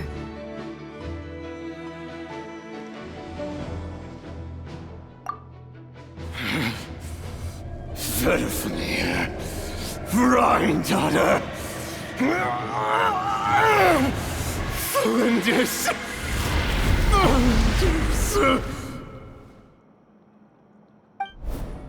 Interesting. Anything else? What about this would-be fiancé of his? Do we know anything about her?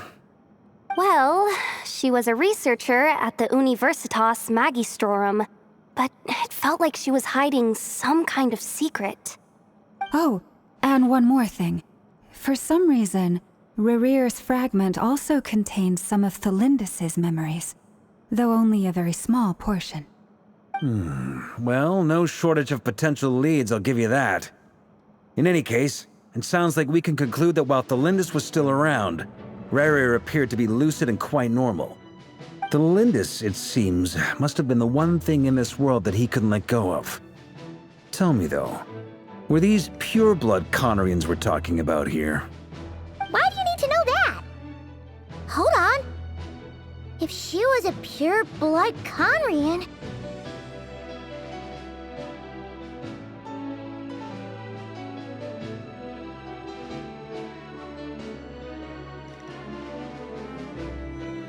Oh yeah! Just like how it was with the captain! If we could somehow find her, do you think there's any chance Rerir might regain some of his sanity? It's possible, but it would take a miracle. We can't pin all our hopes on that. That merchant who Nefer knows, Dori Sangama Bay. Maybe we could hire her to look into it. All right then.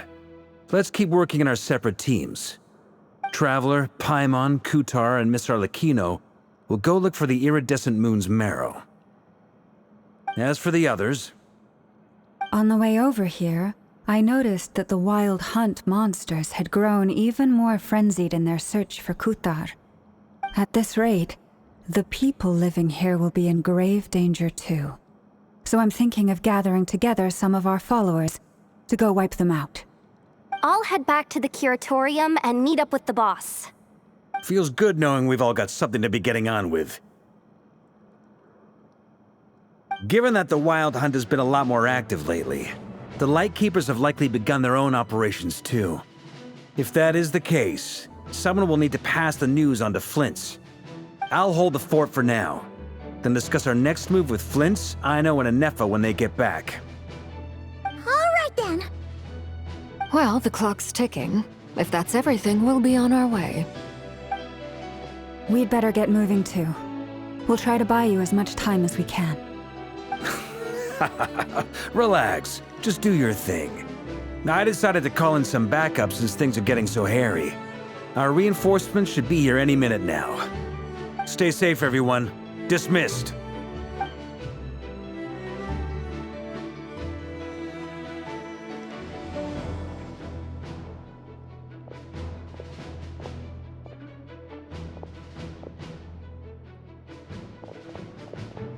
We're back. Did we get here a little early? Or a little late? A tad late. The others have already set off. To summarize, our resident moon goddess has found us a new ally, and Boss Nefer has uncovered some promising info. Everything going smoothly on your end? Not great. I don't know how long we can stall them for. The decoys are getting taken out way faster than we imagined. I'm gonna make some more later, but I need a timeout first. I'm so tired right now. Oh, right! Inefa, could you fill in Uncle Varka on what we just discussed with Flint's? Sure. Uncle Varka, you previously told us about how when you went to investigate a source of the Wild Hunt in Amsvartnir, you discovered that it was just a diversion. But according to Flint's intel, several outbreaks of the Wild Hunt had already occurred in Nodcry in the period leading up to that. That was before Rerir had regained his body, when he was far from regaining his full strength. In other words, in theory at least, he still lacked the means to act in 2 places at once. Flins, with everything that's been happening, the Lightkeepers across Nodcry are rallying to fight back against the Wild Hunt. They're gonna need your help. I know, I'm sure you're capable of coming up with something far more effective than decoys. But for now, you should stay here and get some rest. And Effa and I will head back over to Amsfartnir to see if there's anything I missed. I told you Uncle Varka would say that, didn't I? A deal's a deal. Not a word about my snack intake for the next week. Database updated. Reliability of Aino's predictions increased. What does that mean? They were betting on how you'd respond after hearing their intel. It's the obvious choice, isn't it? That's hardly worth betting on. We already decided that Anefa should go investigate the situation over at Amsfartnir on her own. You might as well stay here and keep watch. Someone needs to hang back and oversee our strategy meetings.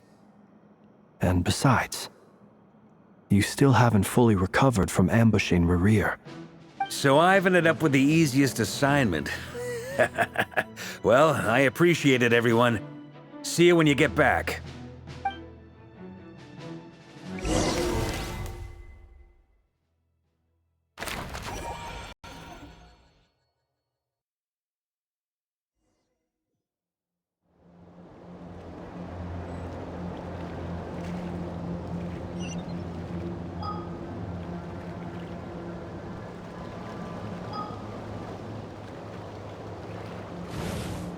Try and stop me!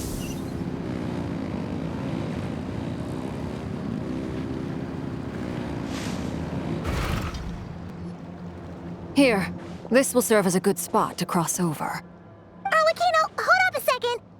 Since you brought us all this way, would you mind telling us what you've got planned? We still haven't got the slightest idea what's going on here. And if even Columbina doesn't know where the iridescent moon's marrow is, how do you? Simple. Because I am an inheritor of the royal bloodline of the Crimson Moon, and one of the last surviving embers of the 2 worlds' flames. Huh? Are you serious? As in, you're a descendant of that Crimson Moon dynasty we were just talking about? The one from ancient Conria? Your surprise is understandable. I was also taken aback when I first learned of it. But the more I thought about it, the more I realized the signs had been there all along.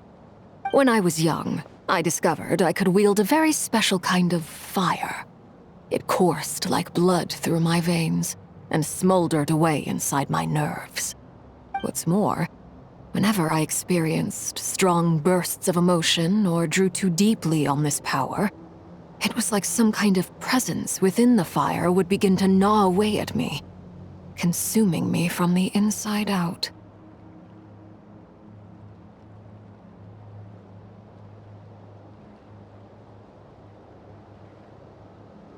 Exactly.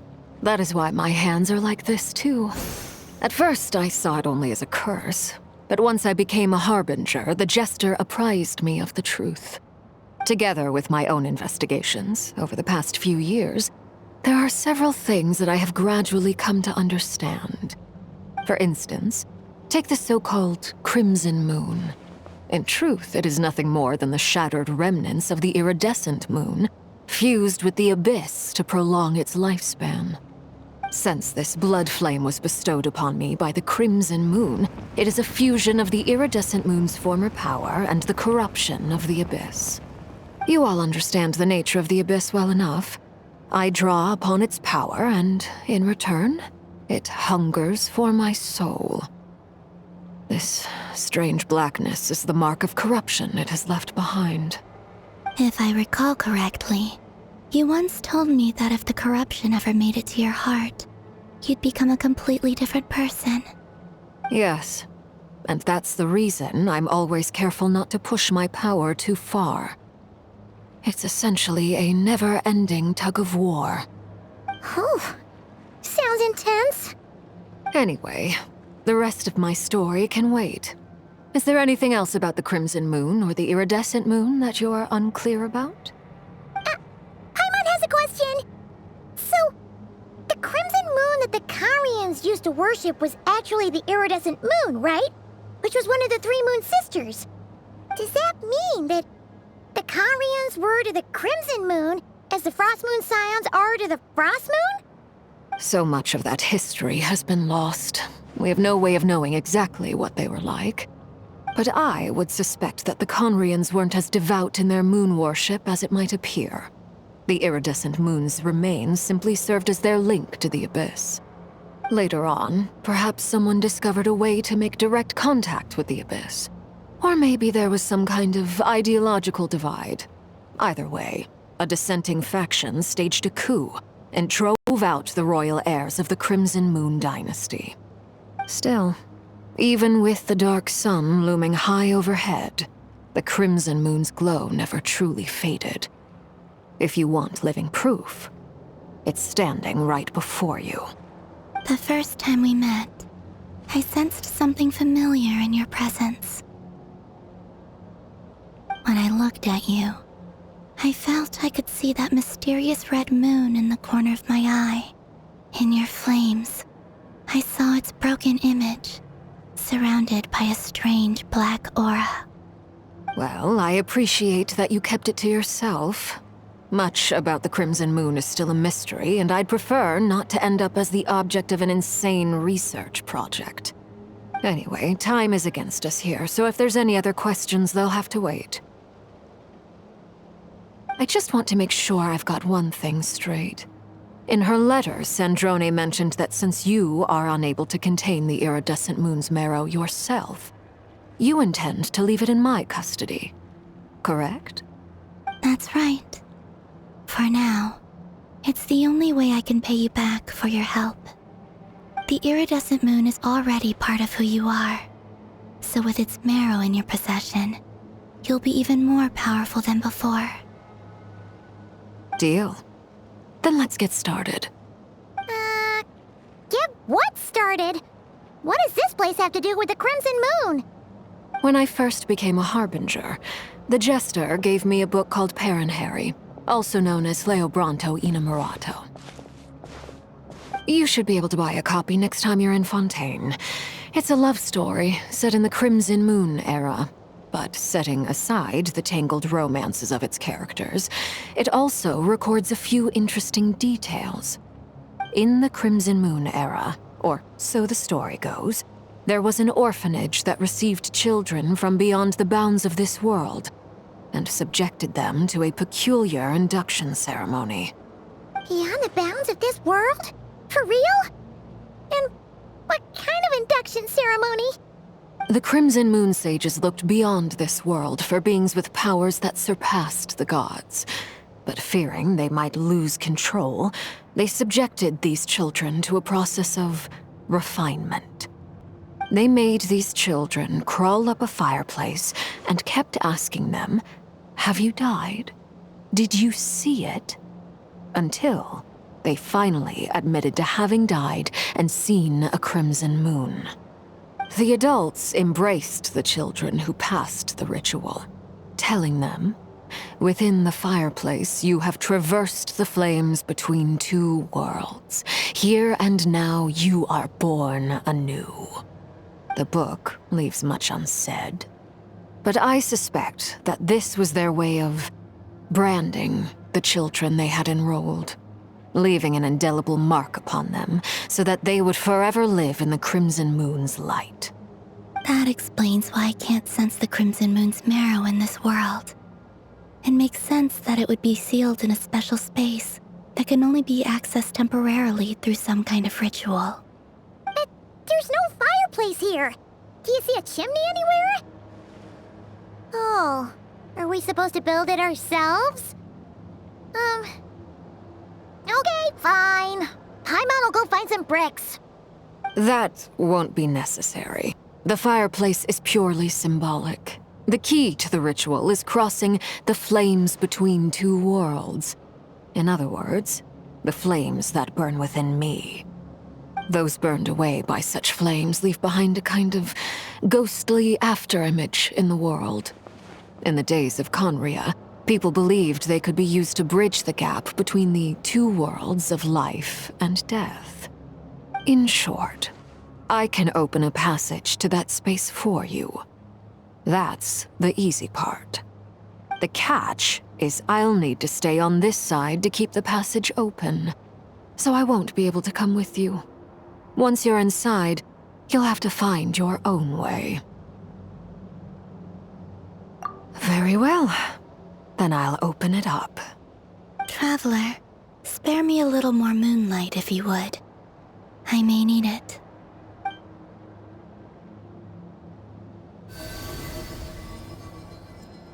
Thank you.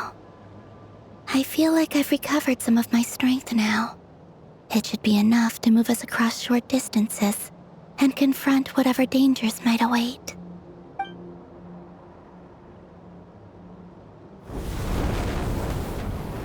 Mistress of the seven hues of ages past, great mother of the present, crimson-clad sovereign of the two realms, by fire severed, by fire renewed, I offer myself now and beseech your descent.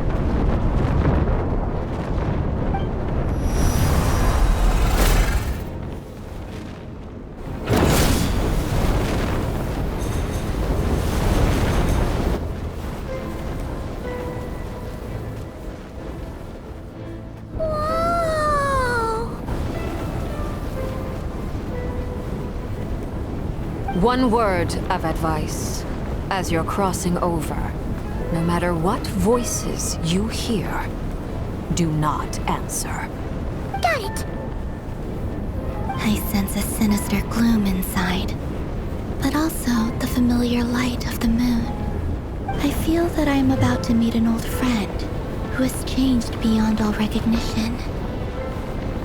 All right, let's go.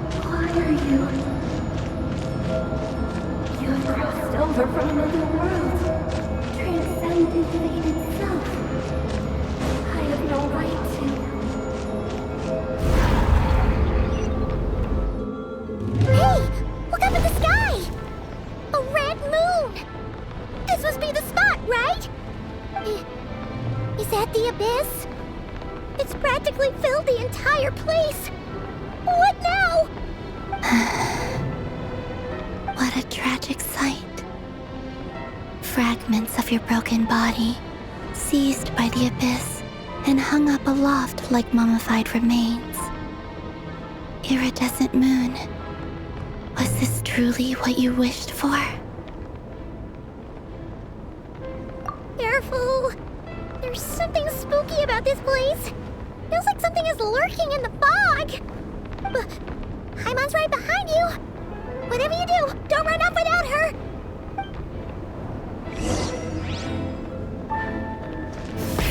Rev the engine! By the way, Columbina, didn't you tell us that the iridescent moon had shattered into pieces? The moon up there looks pretty whole to Paimon. How is that possible?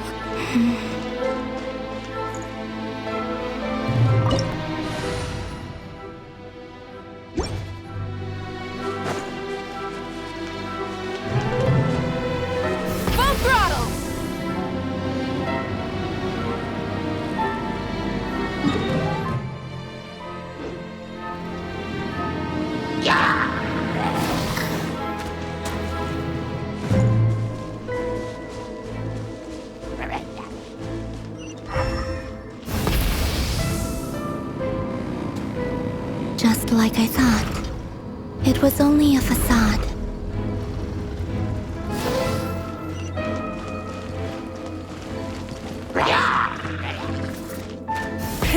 Rev the engines!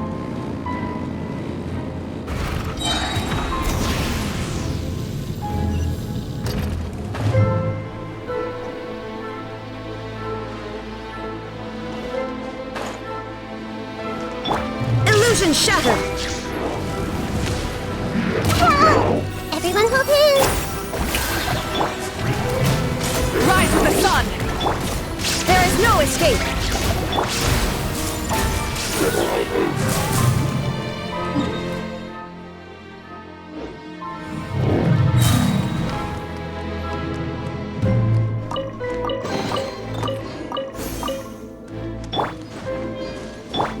Full throttle!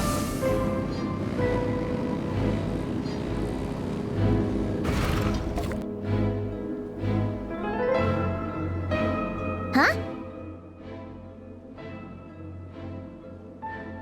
Huh? For real?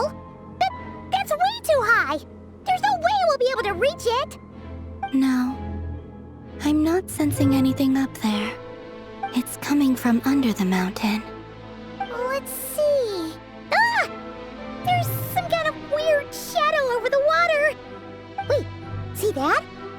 Looks like a mechanism of some sort. Let's check it out!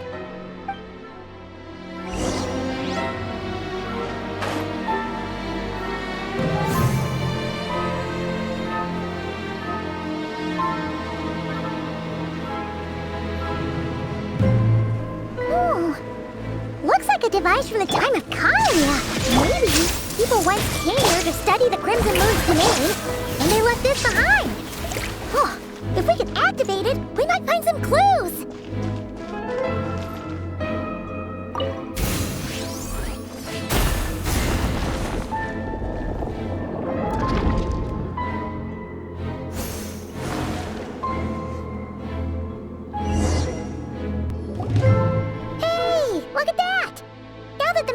Running, the shadow in the water looks different.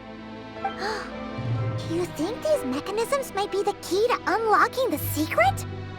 Let's try to find more of them! Thalindis, we'll leave the rest of the research in your hands. We'll be heading back now.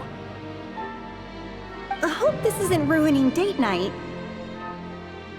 Ugh. Mind your own business. Just leave me some snacks on the table. Thalindis? Is that Rear's girlfriend? How come we're hearing her voice here? Oh yeah! So, do you think she was studying this strange space all along? The Abyss has made this space extremely unstable. Maybe that's why some of the things she said and did were preserved here. Like echoes. Or after images. Whenever I see this view, it takes me back to a poem from my childhood. Waning moon, oh lifeless damsel, weeping on the mountain crest, mourning still in wistful tone, her fragile soul now laid to rest. For me, of all people, to be here investigating the mysteries of the Crimson Moon space, is it a coincidence or something more?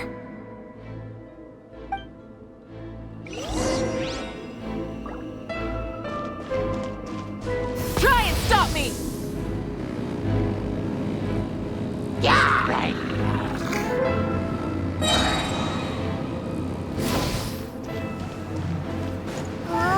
Looks like the Abyss has messed up this mechanism.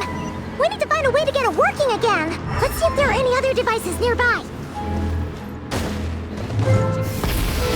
Rev the engines! Shower me with praise! Shine down! Hey!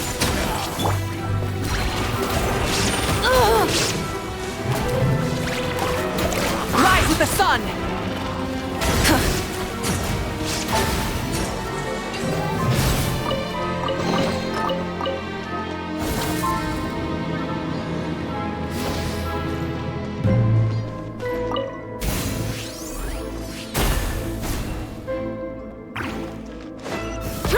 stop me!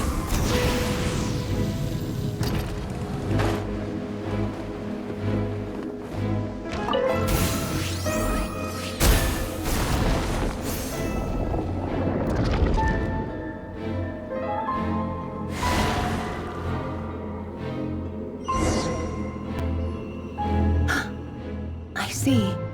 So the moon marrow, or rather the power of the 3 moons, is the key to unlocking.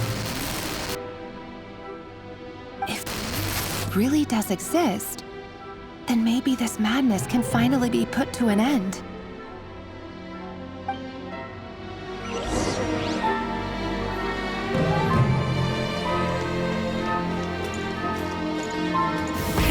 Rev the engines!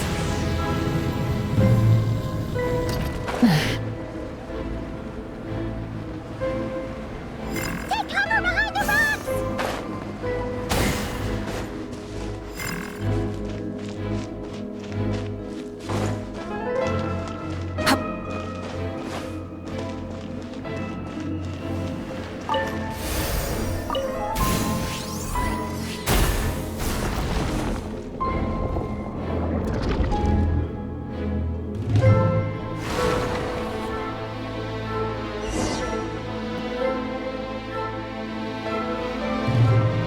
With the Abyss inhibitors in place, I should be able to access the chamber with the moon marrow.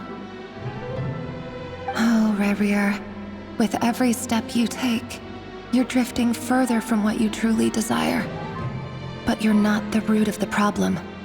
Ever since that outsider set foot in Conria, the Vinster King has sunken deeper into madness. If only I could get my hands on that outsider.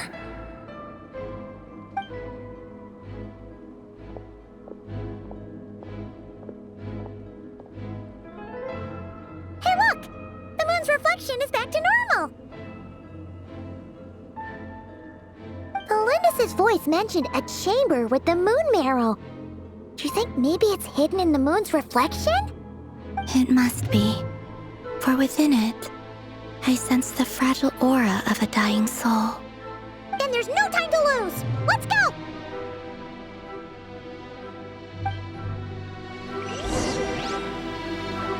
Try and stop me!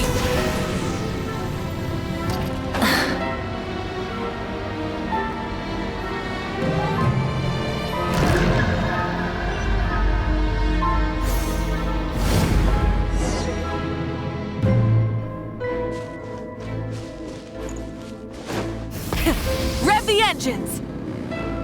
Ugh, these things are so creepy! Ugh. Looks like we'll have to destroy them if we want to get to the iridescent moon's marrow.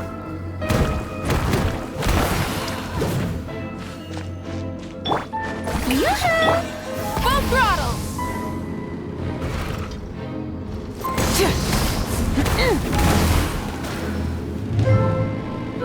That must be the iridescent moon's marrow! Oh, we'll need to destroy these things before we can reach it!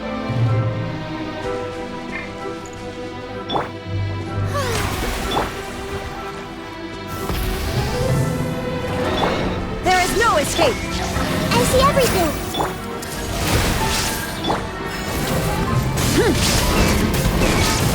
Incinerate!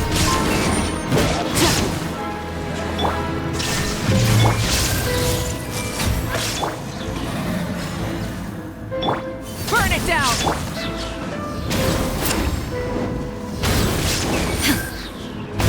Shine down!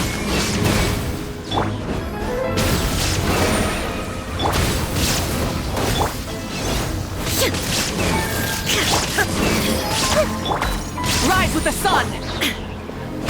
Illusion shattered! Yeah, this might hurt a little.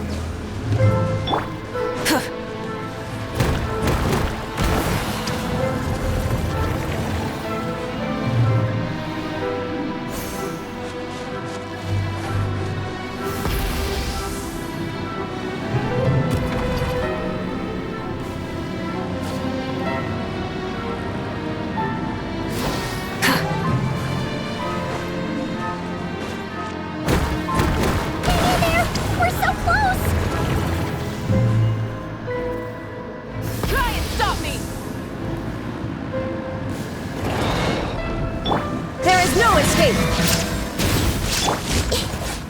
Everyone hold hands! The show begin!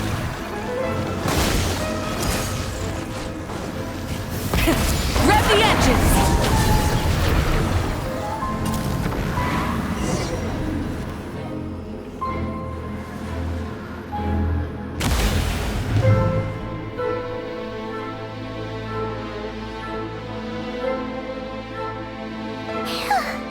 We finally did it!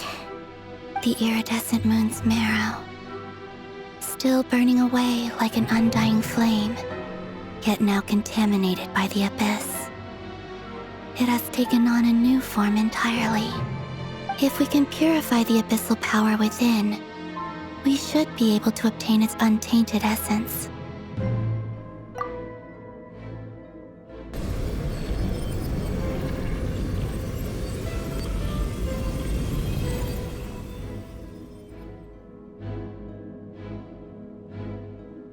It's so cold.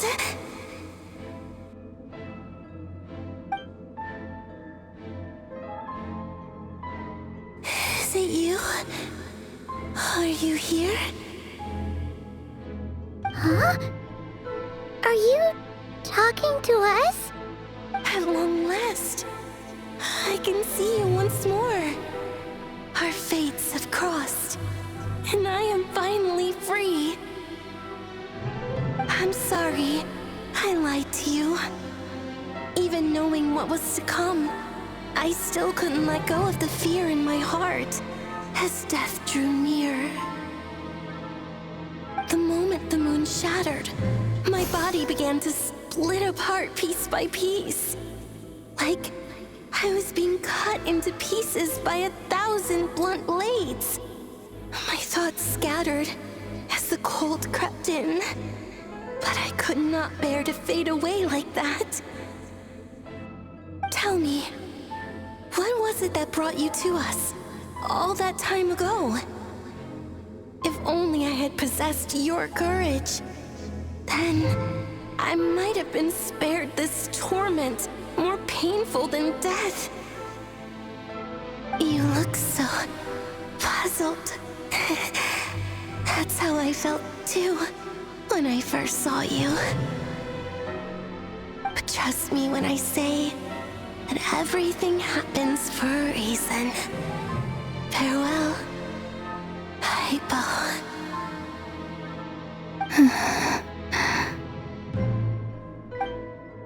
What was that all about? Was that the goddess of the iridescent moon? Oh, it sounded like she was speaking to a long-lost friend. But none of us have ever met her before, right? Perhaps. She took me for the goddess of the frost moon she once knew. For a fading soul like hers, our auras must be too similar to tell apart. But anyway, we've got the iridescent moon's marrow now. That should help you regain your strength, right? Alright, time to leave this place and meet back up with Arlecchino. Let's go!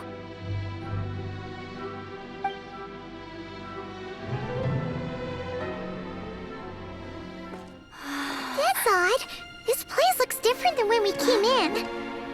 Waning moon, oh lifeless damsel.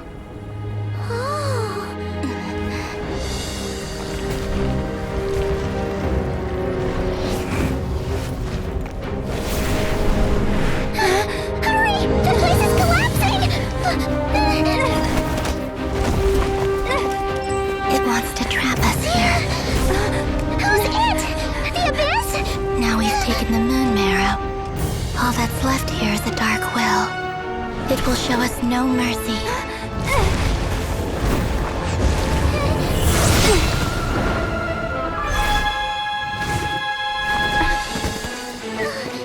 Give it back! The crimson moons! My marrow! My heart!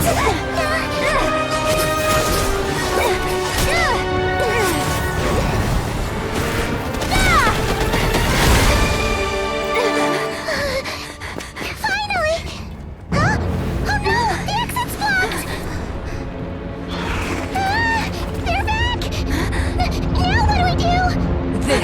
is where you fall. Witness my rise.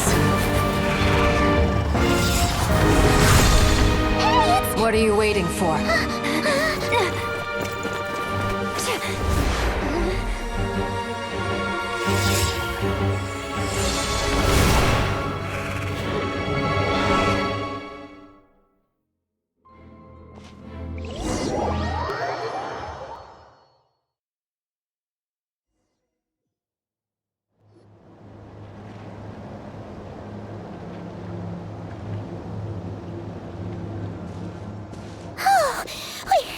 We made it!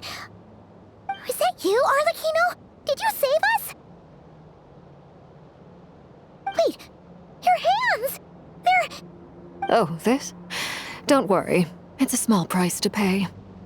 The Abyss wanted to trap you inside, and I defied its will by bringing you out. No wonder it's a little angry. No. I have paid the price, albeit a small one, and it cannot be undone. My hands have already fused with the Abyss. Purification would simply destroy whatever's left of them. But surely... Oh... We're so sorry, Arlecchino. Paimon can't believe you'd make a sacrifice like this for us. As much as I'd like to call it a favor, the truth is I was simply holding up my end of the deal. Well, Columbina. Yes, you did your part. And as promised, I will leave the iridescent moon's marrow in your care. From this day forth, may the two worlds' flames burn ever more brightly.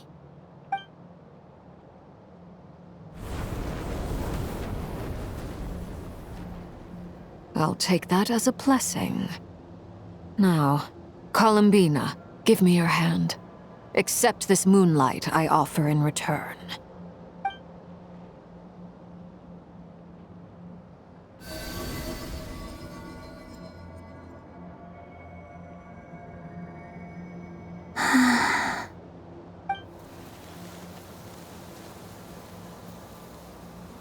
Feeling stronger? Hey, Columbina, are you okay? I'm fine. Our powers are a little at odds, that's all. By the Frost Moon's authority alone, wielding the power of the other moons was always going to be a stretch. Still, I think it's fair to say that your strength has returned, at least to the level it was at as Third Harbinger. It's still not enough. There's no way I can hope to challenge Rayrier like this. Just one more ray of moonlight, if you would. It's okay. I can take it.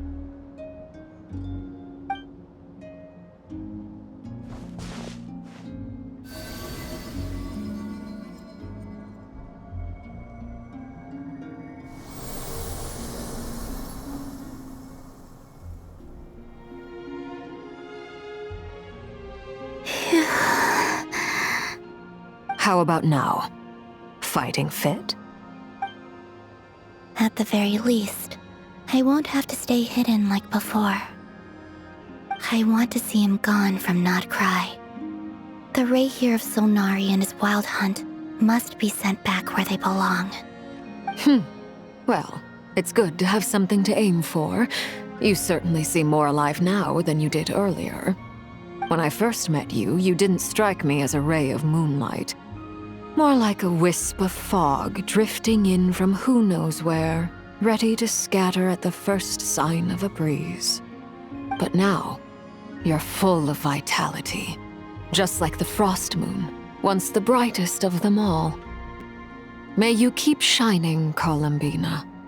This is who you are. Thank you. Look after yourself too, Arlecchino. I know you have plans of your own, and that's why you're always seeking to grow stronger. But whatever you're after, don't let the Abyss take a hold of you. I do not wish to see you go down the same path as Rayrier. I appreciate the concern, Columbina. although perhaps it's time you took a new name. A new name? Kutar, the Moon Maiden, Columbina, they're nothing more than code names. They describe who she is and the roles she's played, but they're not her real name. We often use code names in the House of the Hearth, too. But it's knowing your real name that keeps you grounded. Up till now, you've been living a wandering life, so you've probably never really cared. All I'll say is this. Once you've defeated Rerir, give it some thought. All right, that's it from me. I'll get you back safely first, then go meet up with Sandrone. You're the best!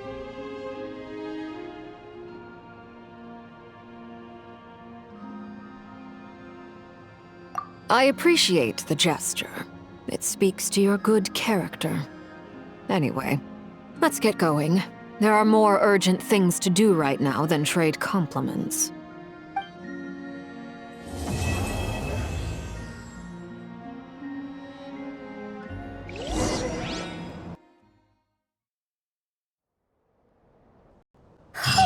It was a close call, but we got the iridescent moon's marrow and restored Columbina's strength, and that's all that matters. In other words, mission accomplished.